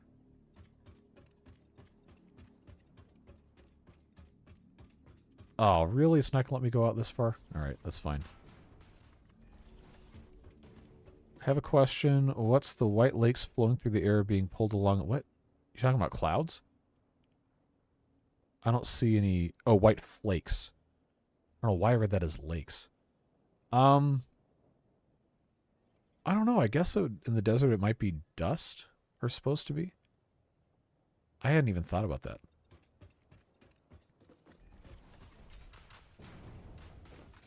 Alright, so this, strictly speaking, doesn't need to have this other bit here either, but I think that's going to be fine. Okay, smelter, hardly know her. Let's, oh, funny joke. How can I get away with this? Is that going to be centered? No, it is not. Let's move that back one.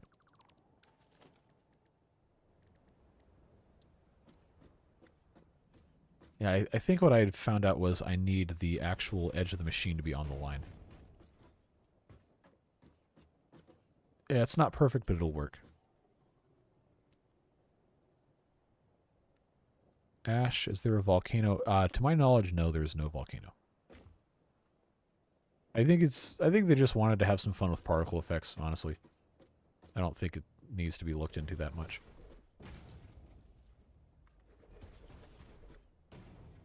But now that you guys brought it up, now I'm gonna think about it. Meh. Yes, correct. Constructors do not need. Okay.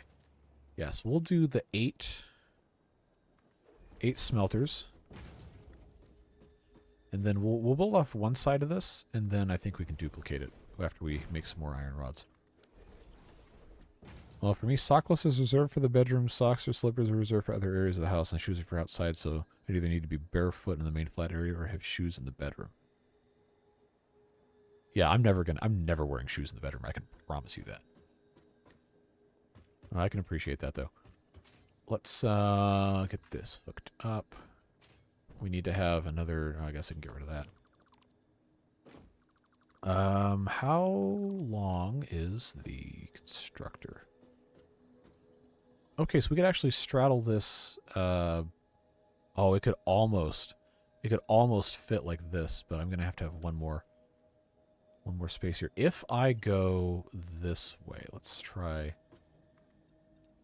go 10. If I can just have this be only this wide and then funnel everything to the end, then I think that might be preferable. Let's see if we can make that work. Constructor, minimal distance required is going to be here. All right, and then, oh yeah, easily we can have this just merge right there. That's going to work out just fine. It's not going to want to let me, did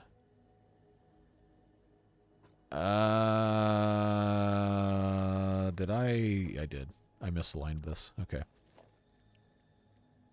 That's what the problem is. This has to be, because these will fit.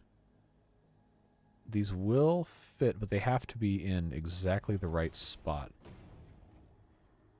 And they are going to kind of intersect each other. Come on. But not in a way that matters. Oh, that's so smart. It actually nests. I don't know why I'm just now realizing this. Right, that goes there. Did I fall off the edge? No. All right. That'll go there. That'll go there. A couple more. And then we got to hook everything up. Set all these recipes. We're making iron rods. 15 in, 15 out. Oh, I forgot.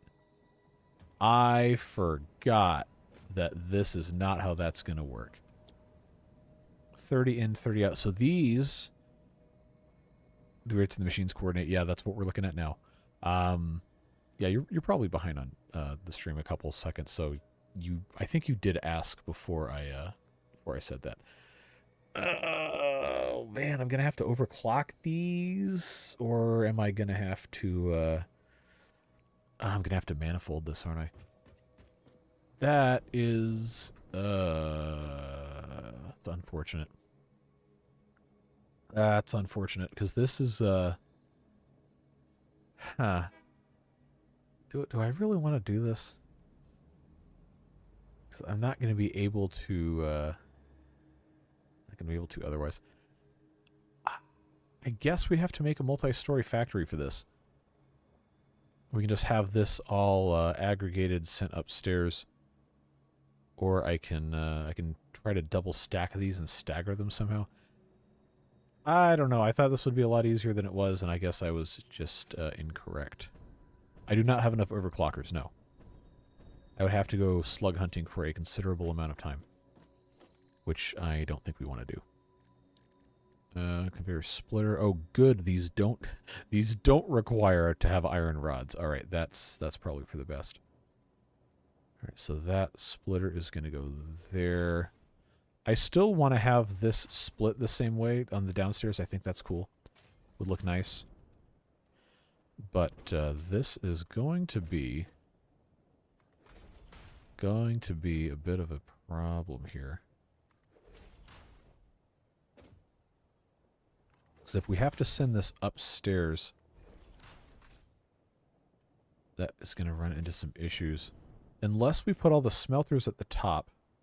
But I've never done that in any of these buildings. I always put the smelters at the bottom. I probably should have put them at the very top.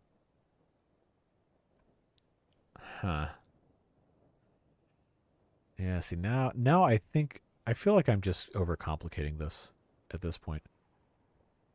Because if I have the smelters all combined into one thing and then I can send it up, then I could just have this whole second floor just be staggered. Let's do that. Let's do that. Let's take these constructors down. And then the building could be a little smaller too. Not that it needs to be. But I'm pretty sure we don't want to go slug hunting for another 500 years. So this comes out here. It's going to have to be Mark... Oh, I don't even have enough Mark IV belt stuff. How to overclock a clock? That's a good question. Build as if you have overclockers. I'm going to need a lot of slugs for that. I'd have to go slug hunting for like 10 hours to get all the slugs needed to do this. We just have to get a little bit more creative with how we do our stuff. But now that we know this isn't going to work, I'm going to have to get more materials anyway. So let's come back over here and see if we can get any more of our modular engines or adaptive control units going. These, that's the truck station, not the other thing. We need to have, first of all, we got to get rid of all this fuel we're not using. We need to have our rubber, which it just seems to only be making a very small amount at a time. Rubber's got to go down here. And it's going to go immediately into this machine to make the modular engines. Which I guess it hasn't all gotten in yet? Or maybe it already has and I just... Oh, there it goes. Oh, but it only has 12. Not 15. Yeah, we oh, man. This is what happens when you have so much stuff going on all at once. You can't possibly hope to do all of it. And now we're out of computers. And automated wiring, mind you. Alright, so I guess I have to change the description of this video before it gets published as an actual VOD. So people don't get bait and switched. Yeah, and all of the all of these steel beams now have to be turned into industrial, or not all of them, but enough of them have to be turned into encased industrial beams that it's not going to be advantageous for us to do this anymore. All right, encased industrial beams. Can I make those manually with steel beams and concrete? I think I can. Might as well, since we're over here, see what we can do. Yes, we can. Let's do that. Let's make a bunch of these.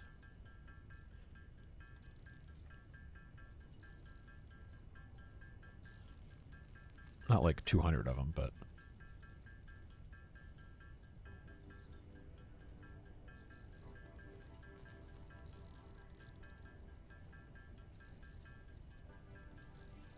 Going modless? No, I'm not.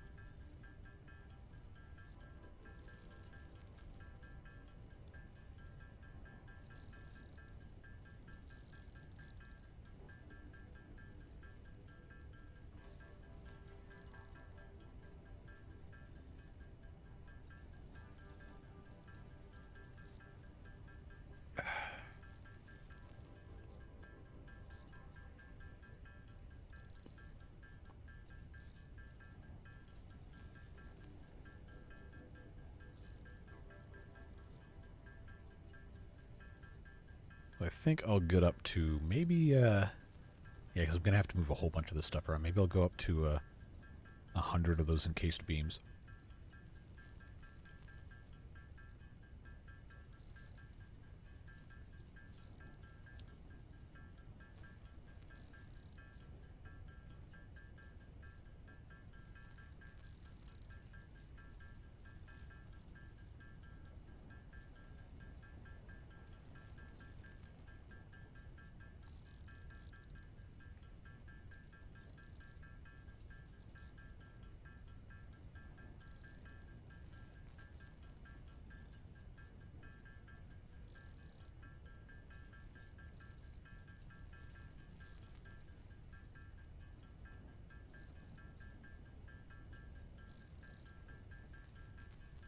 Any new Timberborn mods in the works? Oh yeah, please do tell us.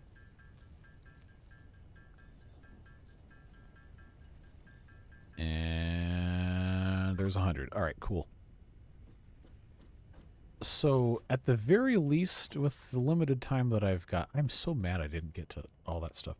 The limited time that I've got left, let's do, let's try to at least start making some rods over there.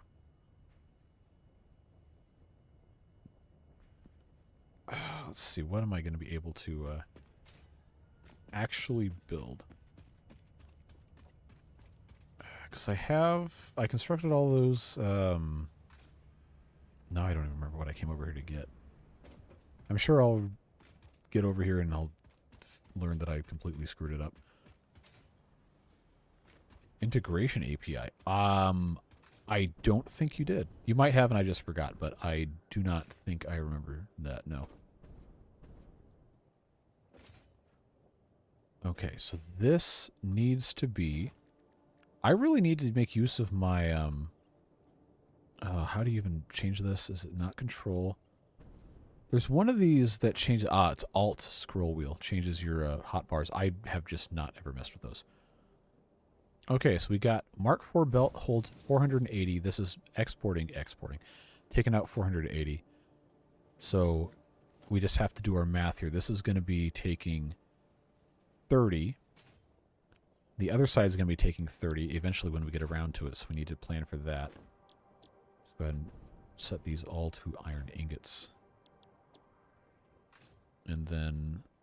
So we'll probably have to have half of this with the Mark IV belts. Or we could just do all of it with the Mark IV belts and get it over with, but... It's nice to think about doing things mathematically correctly. Okay. Planning an API that lets you trigger events like killing spawning beavers. Oh, removing resources. Skipping the seasons. That would be really cool. Hooking it into like a chat. That would be awesome. That would be so cool for like a chaos kind of stream. I'm never going to tell you that you are absolutely obligated to do anything, so I won't. But that would be so awesome for those Chaos live streams. I would be very, very excited to see that. All right, it's math time. 480 minus 60 is 420. Nice. Minus that would be math. I don't know why I can't do math. 360. Minus that would be 300. Minus that would be 230, which means we can go 230, 240, which means we can go to Mark 3. Would be 180. That would be 120, which means this one down here has to be Mark 2. And then these all can become Mark 1s. So that will get us all of our iron ore to the smelters as fast as possible, assuming the other side gets built out, which it will at some point, but not right now. So that will go in here. And then we have to come out of this, and then we want to send it upstairs. So we can either aggregate all of those up at this end, and then send them upstairs, and then out to a manifold of... you know what? Let's do that. I think that's going to make more sense to come out this way. Yeah, so what we'll do is we'll just put in... we'll merge these. I guess we can just go right in the middle because we're not hurting for space. Merge them out to the very... I don't have iron rods. Ugh. Okay. Alright, where's my closest power hookup? I guess it's over there. This is irritating. Connect. Thank you. Wire's too long.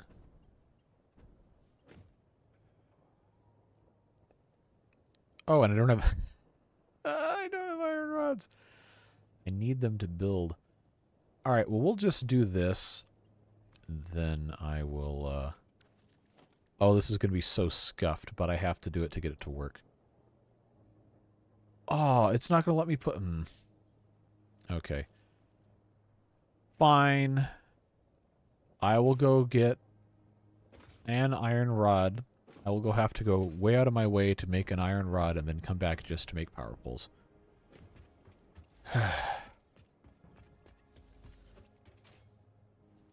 It's fine. Yeah, I'm envisioning that whole thing being used in a live stream chat to just annihilate me, honestly. But it would be funny, so it's okay. People would really like to get engaged with stuff like that. Chaos mode so people can vote on 4 random events every 5 minutes. I feel like that would be really funny.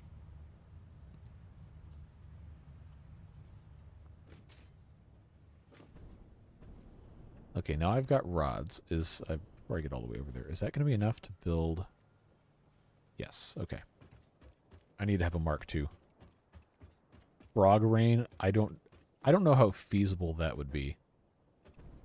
But it sure would be fascinating. Now, what side... Okay, we're going to have to think about this. You just finish a bad tide and then chat votes to start another one. Ooh, yeah, that's devious. What if there was a... you had voting for specific events, but you also had voting for a completely random event?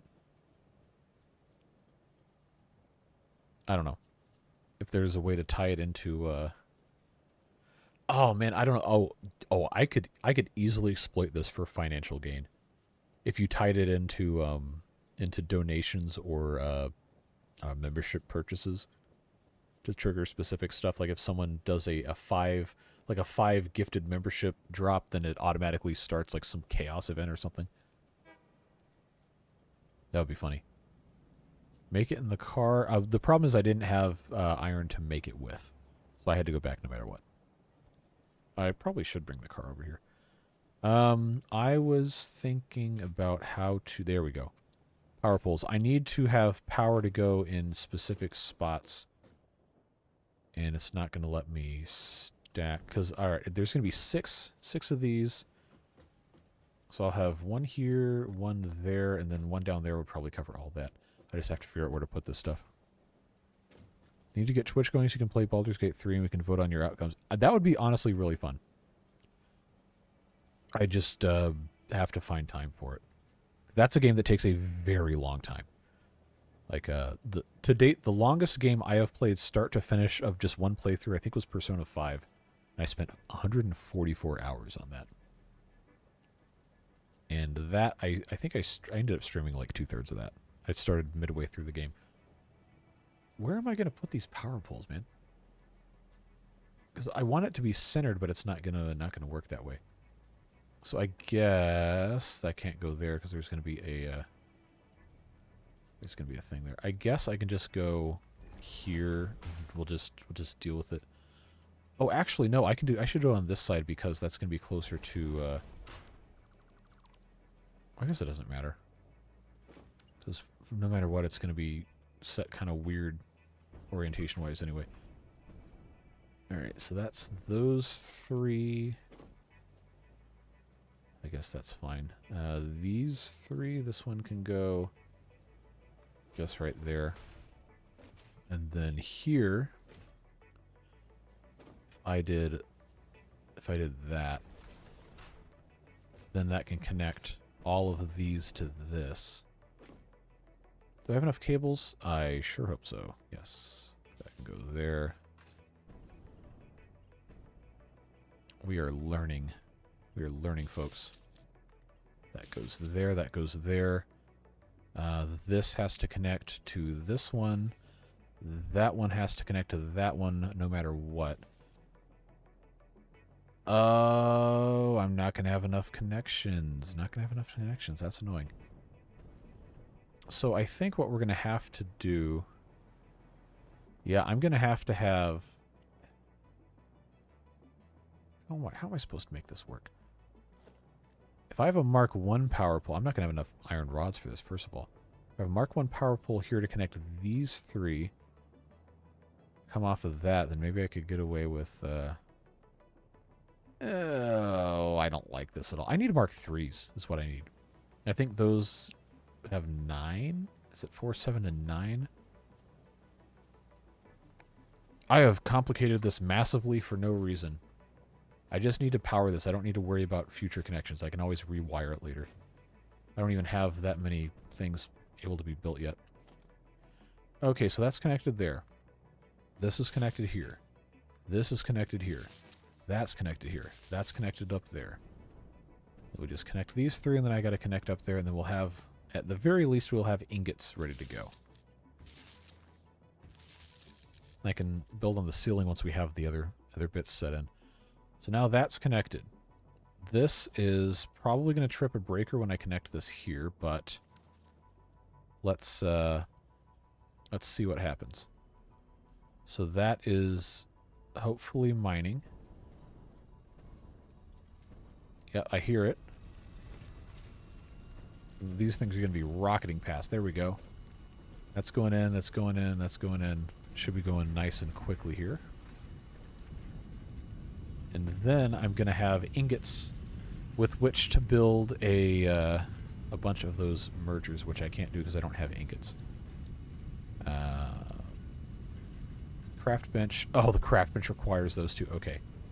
All right. Now, at least, I have the option to come over here and do this.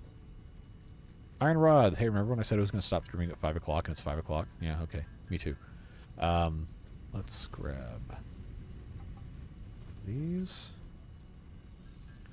I just need to have enough of these to actually get everything set up.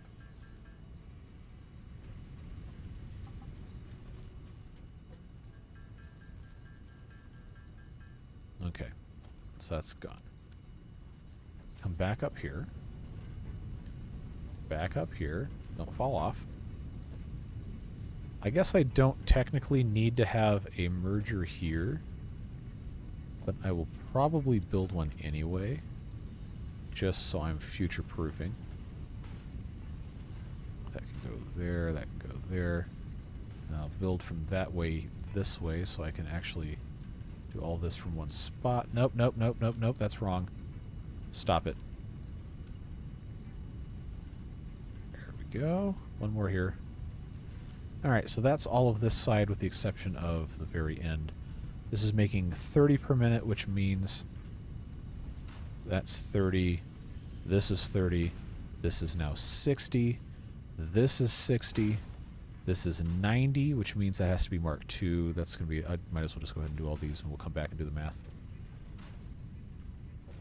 So each side of this, by the time we get up to the end, should add up to still that 480, I think.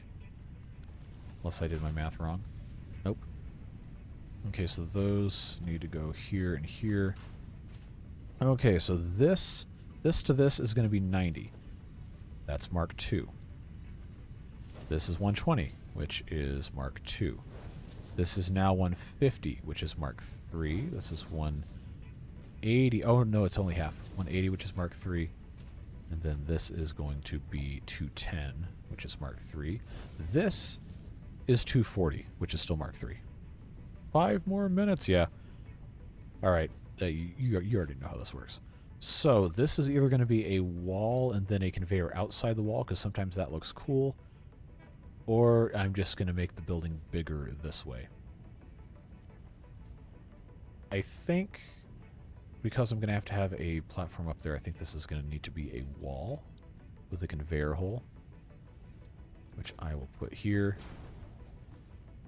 This can be just a Mark III. It is going to look a little annoying to have those spaces on the Mark III belt because this holds up to 270, but it is what it is. Okay, so now I've got to figure out...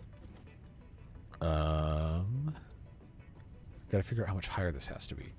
So that's 4... Oh, I can't do vertical zoop. Well, I can. I just have to change it. Nope, nope, nope, nope. Stop that. Stop that. I think to get above the smoke nasty of this, it has to... Oh, come on. It's got to be... it's got to be at least... Come on. Alright, it's going to make me do this. So that is a full 4 high. I think I can live with that. So if the start of this floor is at this height, I think that's what I did anyway the last time. That will work. Now I don't want to do 4 meters. I want to do the 1 meter. And I want to zoop that. It's going to be not quite high enough to clear that, so I think I can go... I can just do the 8.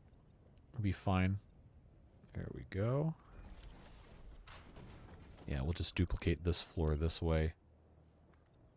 Make sure that says times 8. And then what we can do with this is we can have on either side of this, we can have 8 constructors. And then they will line up quite nicely. Then we just merge everything at the other end, or this end, and bring it down to one area right here in this kind of lobby spot. So I think that's what we're going to want to do. This is going to be a conveyor wall right here.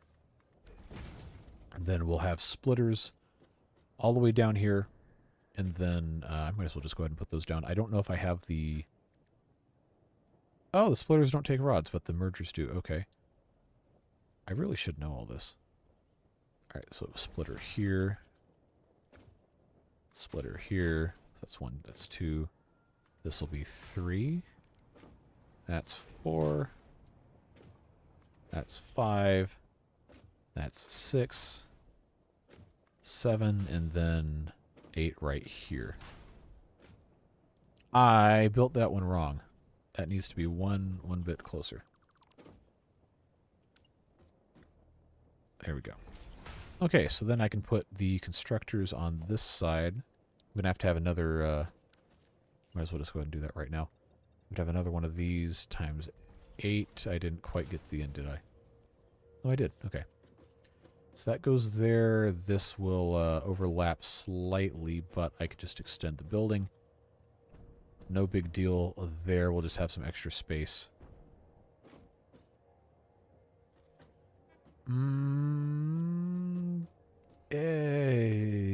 I guess that's fine. Am I going to have enough space in the middle, though? is the question. So that's going to be... If I don't have them all the way in the center, I think I can make it work. Because these are going to be coming out in the... oh, no, I can do that if I have Mark IV belts. I can have this row and this row all go to the same conveyor, and then the ones on the outside just do their own thing. Oh, I love getting that vertical boost there. Okay. Finally, let's try this. See if this... First of all, this other idea that I had working on here. That is... Oh, that's going to work fine. That's going to work just fine. Let's do right here at this end. I think, honestly, we could probably even just center this and be okay. That should work there, if that is, in fact, centered. Yeah, that's going to work out fantastically right there. All right, so I will do the center first. Then we'll do the outside ones later. Just want to make sure this gets lined up. Hey, remember when I was just going to have a couple things that were... hold on, wait, what? How does this... How's that not going to fit? Oh, I had it lined up wrong. I was just going to have something to make like a couple of those iron rods, and now we're making 480 a minute. That's what Satisfactory is for. Making something completely overcomplicated for absolutely no reason. That is half the fun, though. Alright, so that's going to fit there. I really need to be higher up for this, so I can actually, you know, reach these things. Alright, come on. Now I'm out of cables. Okay, that's annoying. But it's coming out this way. I guess we could belt this while we're up here since I don't have the cables. So coming up is 240. So all of this is going to be Mark IIIs. Need to make that vertical one. Conveyor lift, Mark III. Is there anywhere I can stand on this without falling off? Nope.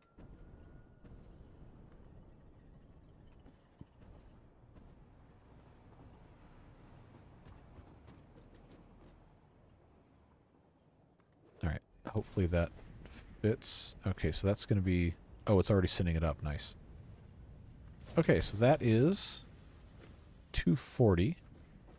This will become... After that split, it'll become 180, which will then become 120 after this, which means that can be Mark IIs. I think. No, that can't be right. That can't possibly be right. This is supposed to be... Oh, I already broke my brain here. Oh, because these are only 15 apiece. I did my math wrong. Surprise, surprise. Iron rods. Might as well just go ahead and set these so we know it's correct. Yeah, I got way too fast on that.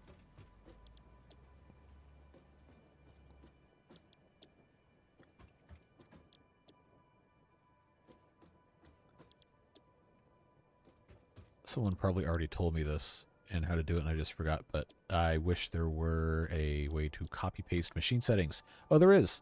Cool. So now I can just... oh, wait, never mind. It doesn't matter if you haven't selected the recipe yet. Alright, so that was short-lived excitement. So this is, what, Mark II? Not anymore. Is... Nope, get out of here. Is this Mark II? No, it's Mark III.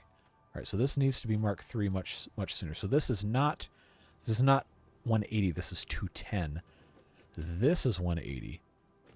This is 150. This one is now 120 past this, which means this one is now 90, which means this one is now 60, which means this one is now 30. And all of them can get fed with the Mark I conveyor belt.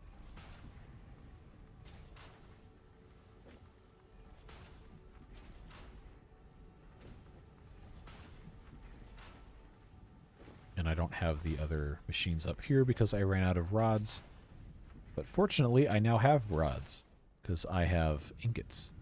And I can use those to build myself a crafting bench. Well, I don't know why it's at a 45. But now I can make more rods so I can do more stuff. That was quick. All right. Do I have enough? Oh, it was cables. It wasn't. Oh God. All right. Yep. It's probably about time for me to be done. Let's go get some cables. Go take care of this, and then I will well and truly need to be finished for today. The good news is this has had a very long time to operate, and it should, that's all it can manage in the past hour. All right, fine. Time to use the sleep. I can't sleep now. I got to eat dinner, and then I got to build a deck. Let's put some cables in here. I'll keep 2 full stacks for myself. Devilish did not see Giant Meatball directly, but I did send a picture to the Discord, and he saw it there.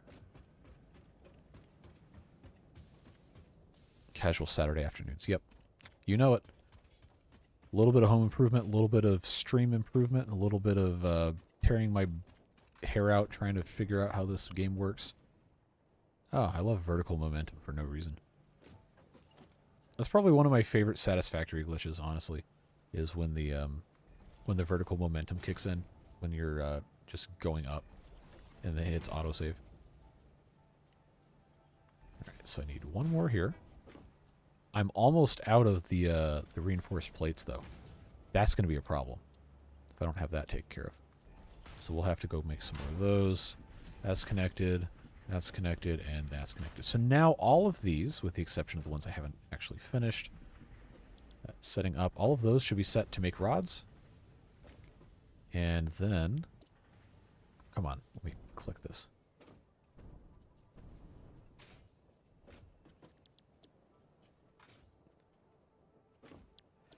And now we can actually, oh, this is going to be such a nightmare to wire up. Am I going to have enough? I'd have to have a ceiling for this. Okay, I'm going to have the foundation put in here. All right. Snap, please. Anybody? It's going to be very hard for it to actually attach to this. I'm going to have to hit that hover, which I can't. I need the hover pack is what I need. Come on. Come on. Come on. I need it to be rotated correctly to attach to this. All right, there we go. Nope. Oh, you stupid idiot. Perfect. Times 8. Nope, nope, times 8. Thank you. All right, mergers. Rapidly running out of time. I can make 15. Wood or Trex? I don't have Trex money. No, we're doing just regular wood. The 5/4 by I think 8 foot, because that's what fits in the van. No, we're not like building. We're replacing boards that need to be replaced. So we're not like tearing it down and rebuilding. We're just doing spot repairs. No, but I gotta go pull the nails out. And like, then why did you build this with the nails? That's so stupid. They come up, and then after you have to take screws out, then you understand why people build stuff with nails. But no, we're gonna use nice screws and make sure it's nice and sturdy. Yeah, Trex, where I am, a 16-foot Trex board, I think is, it could be $40 or $50. But a 16-foot regular deck board is, I don't know, 10 or 11 bucks. It's like, yeah, that's a pretty easy choice to make. The wood will last a long time if you take care of it. The wood we're replacing is about 35 years old. But everything else is completely fine. Plus, when you get too into tearing stuff down, then you have to legally classify it as like building a new thing, and then you have to pull permits and have like a licensed person do like no. If you're doing repairs on like areas that specifically need to be repaired, and you're not modifying how it's actually constructed, then you're fine. Your jurisdiction may vary. I am not a legal expert. But, anyway.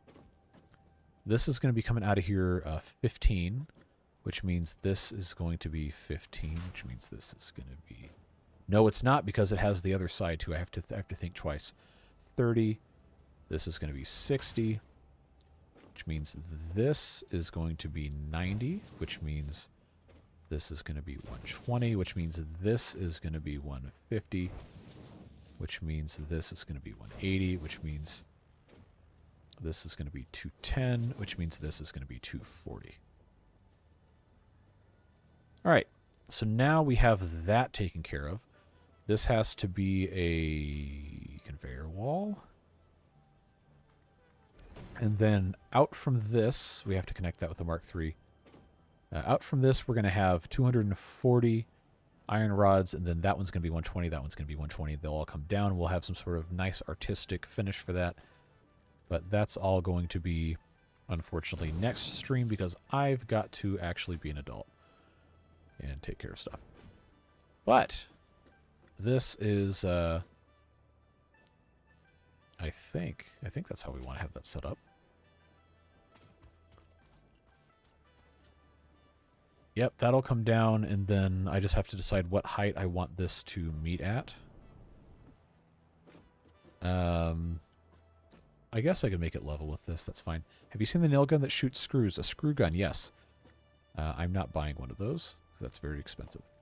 But that is a very cool, it's a very cool tool. Now, we've got a, just like a regular impact driver that I use to put screws and stuff. It works great. Milwaukee brand, if any of you were tool people. No specific allegiance to them. It's just that's what was on sale at Home Depot, and we like it. Thought it was good. Okay, so this is going to be where this comes down. Let's do... let's see, Mark III coming out of there. Then this will come down right like that. Yep, cool. So that will just come out and go right into a set of containers. Probably this is just big enough for us to put a truck station in. One of these spots. Okay.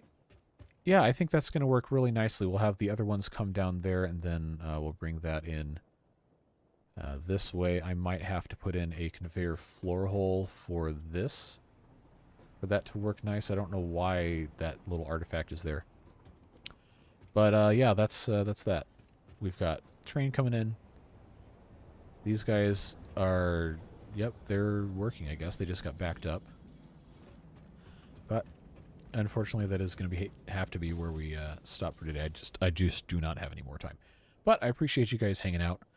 All the support, all the fun conversations, always enjoyable. And I'll look forward to seeing you again soon in another one. Don't know when the next one's going to be, but hopefully soon. Going to try my best to start doing more than one a week. And hopefully you guys can hold me to that. But yes, thanks everyone for being here. Shadow's Blight, Devilish Fun, Batter Smooth, Hoffmeister. Who else is still here? Drexos, Roy, if you're still here. WM. Everybody, Josh, if you're still here, you're probably lurking like you like to do. Just want to make sure I don't forget anybody. Scrolling up, I don't see anybody else talking the past hour or so, so I know Marina already left. Well, if I didn't get you in, you're in chat and you just haven't said hi, I appreciate you being here anyway. But yep, I'll catch you guys later. Have a fantastic rest of your day. We got beavers tomorrow, Iron Teeth. Should be getting some more stuff done there. But yep, take care. Bye-bye.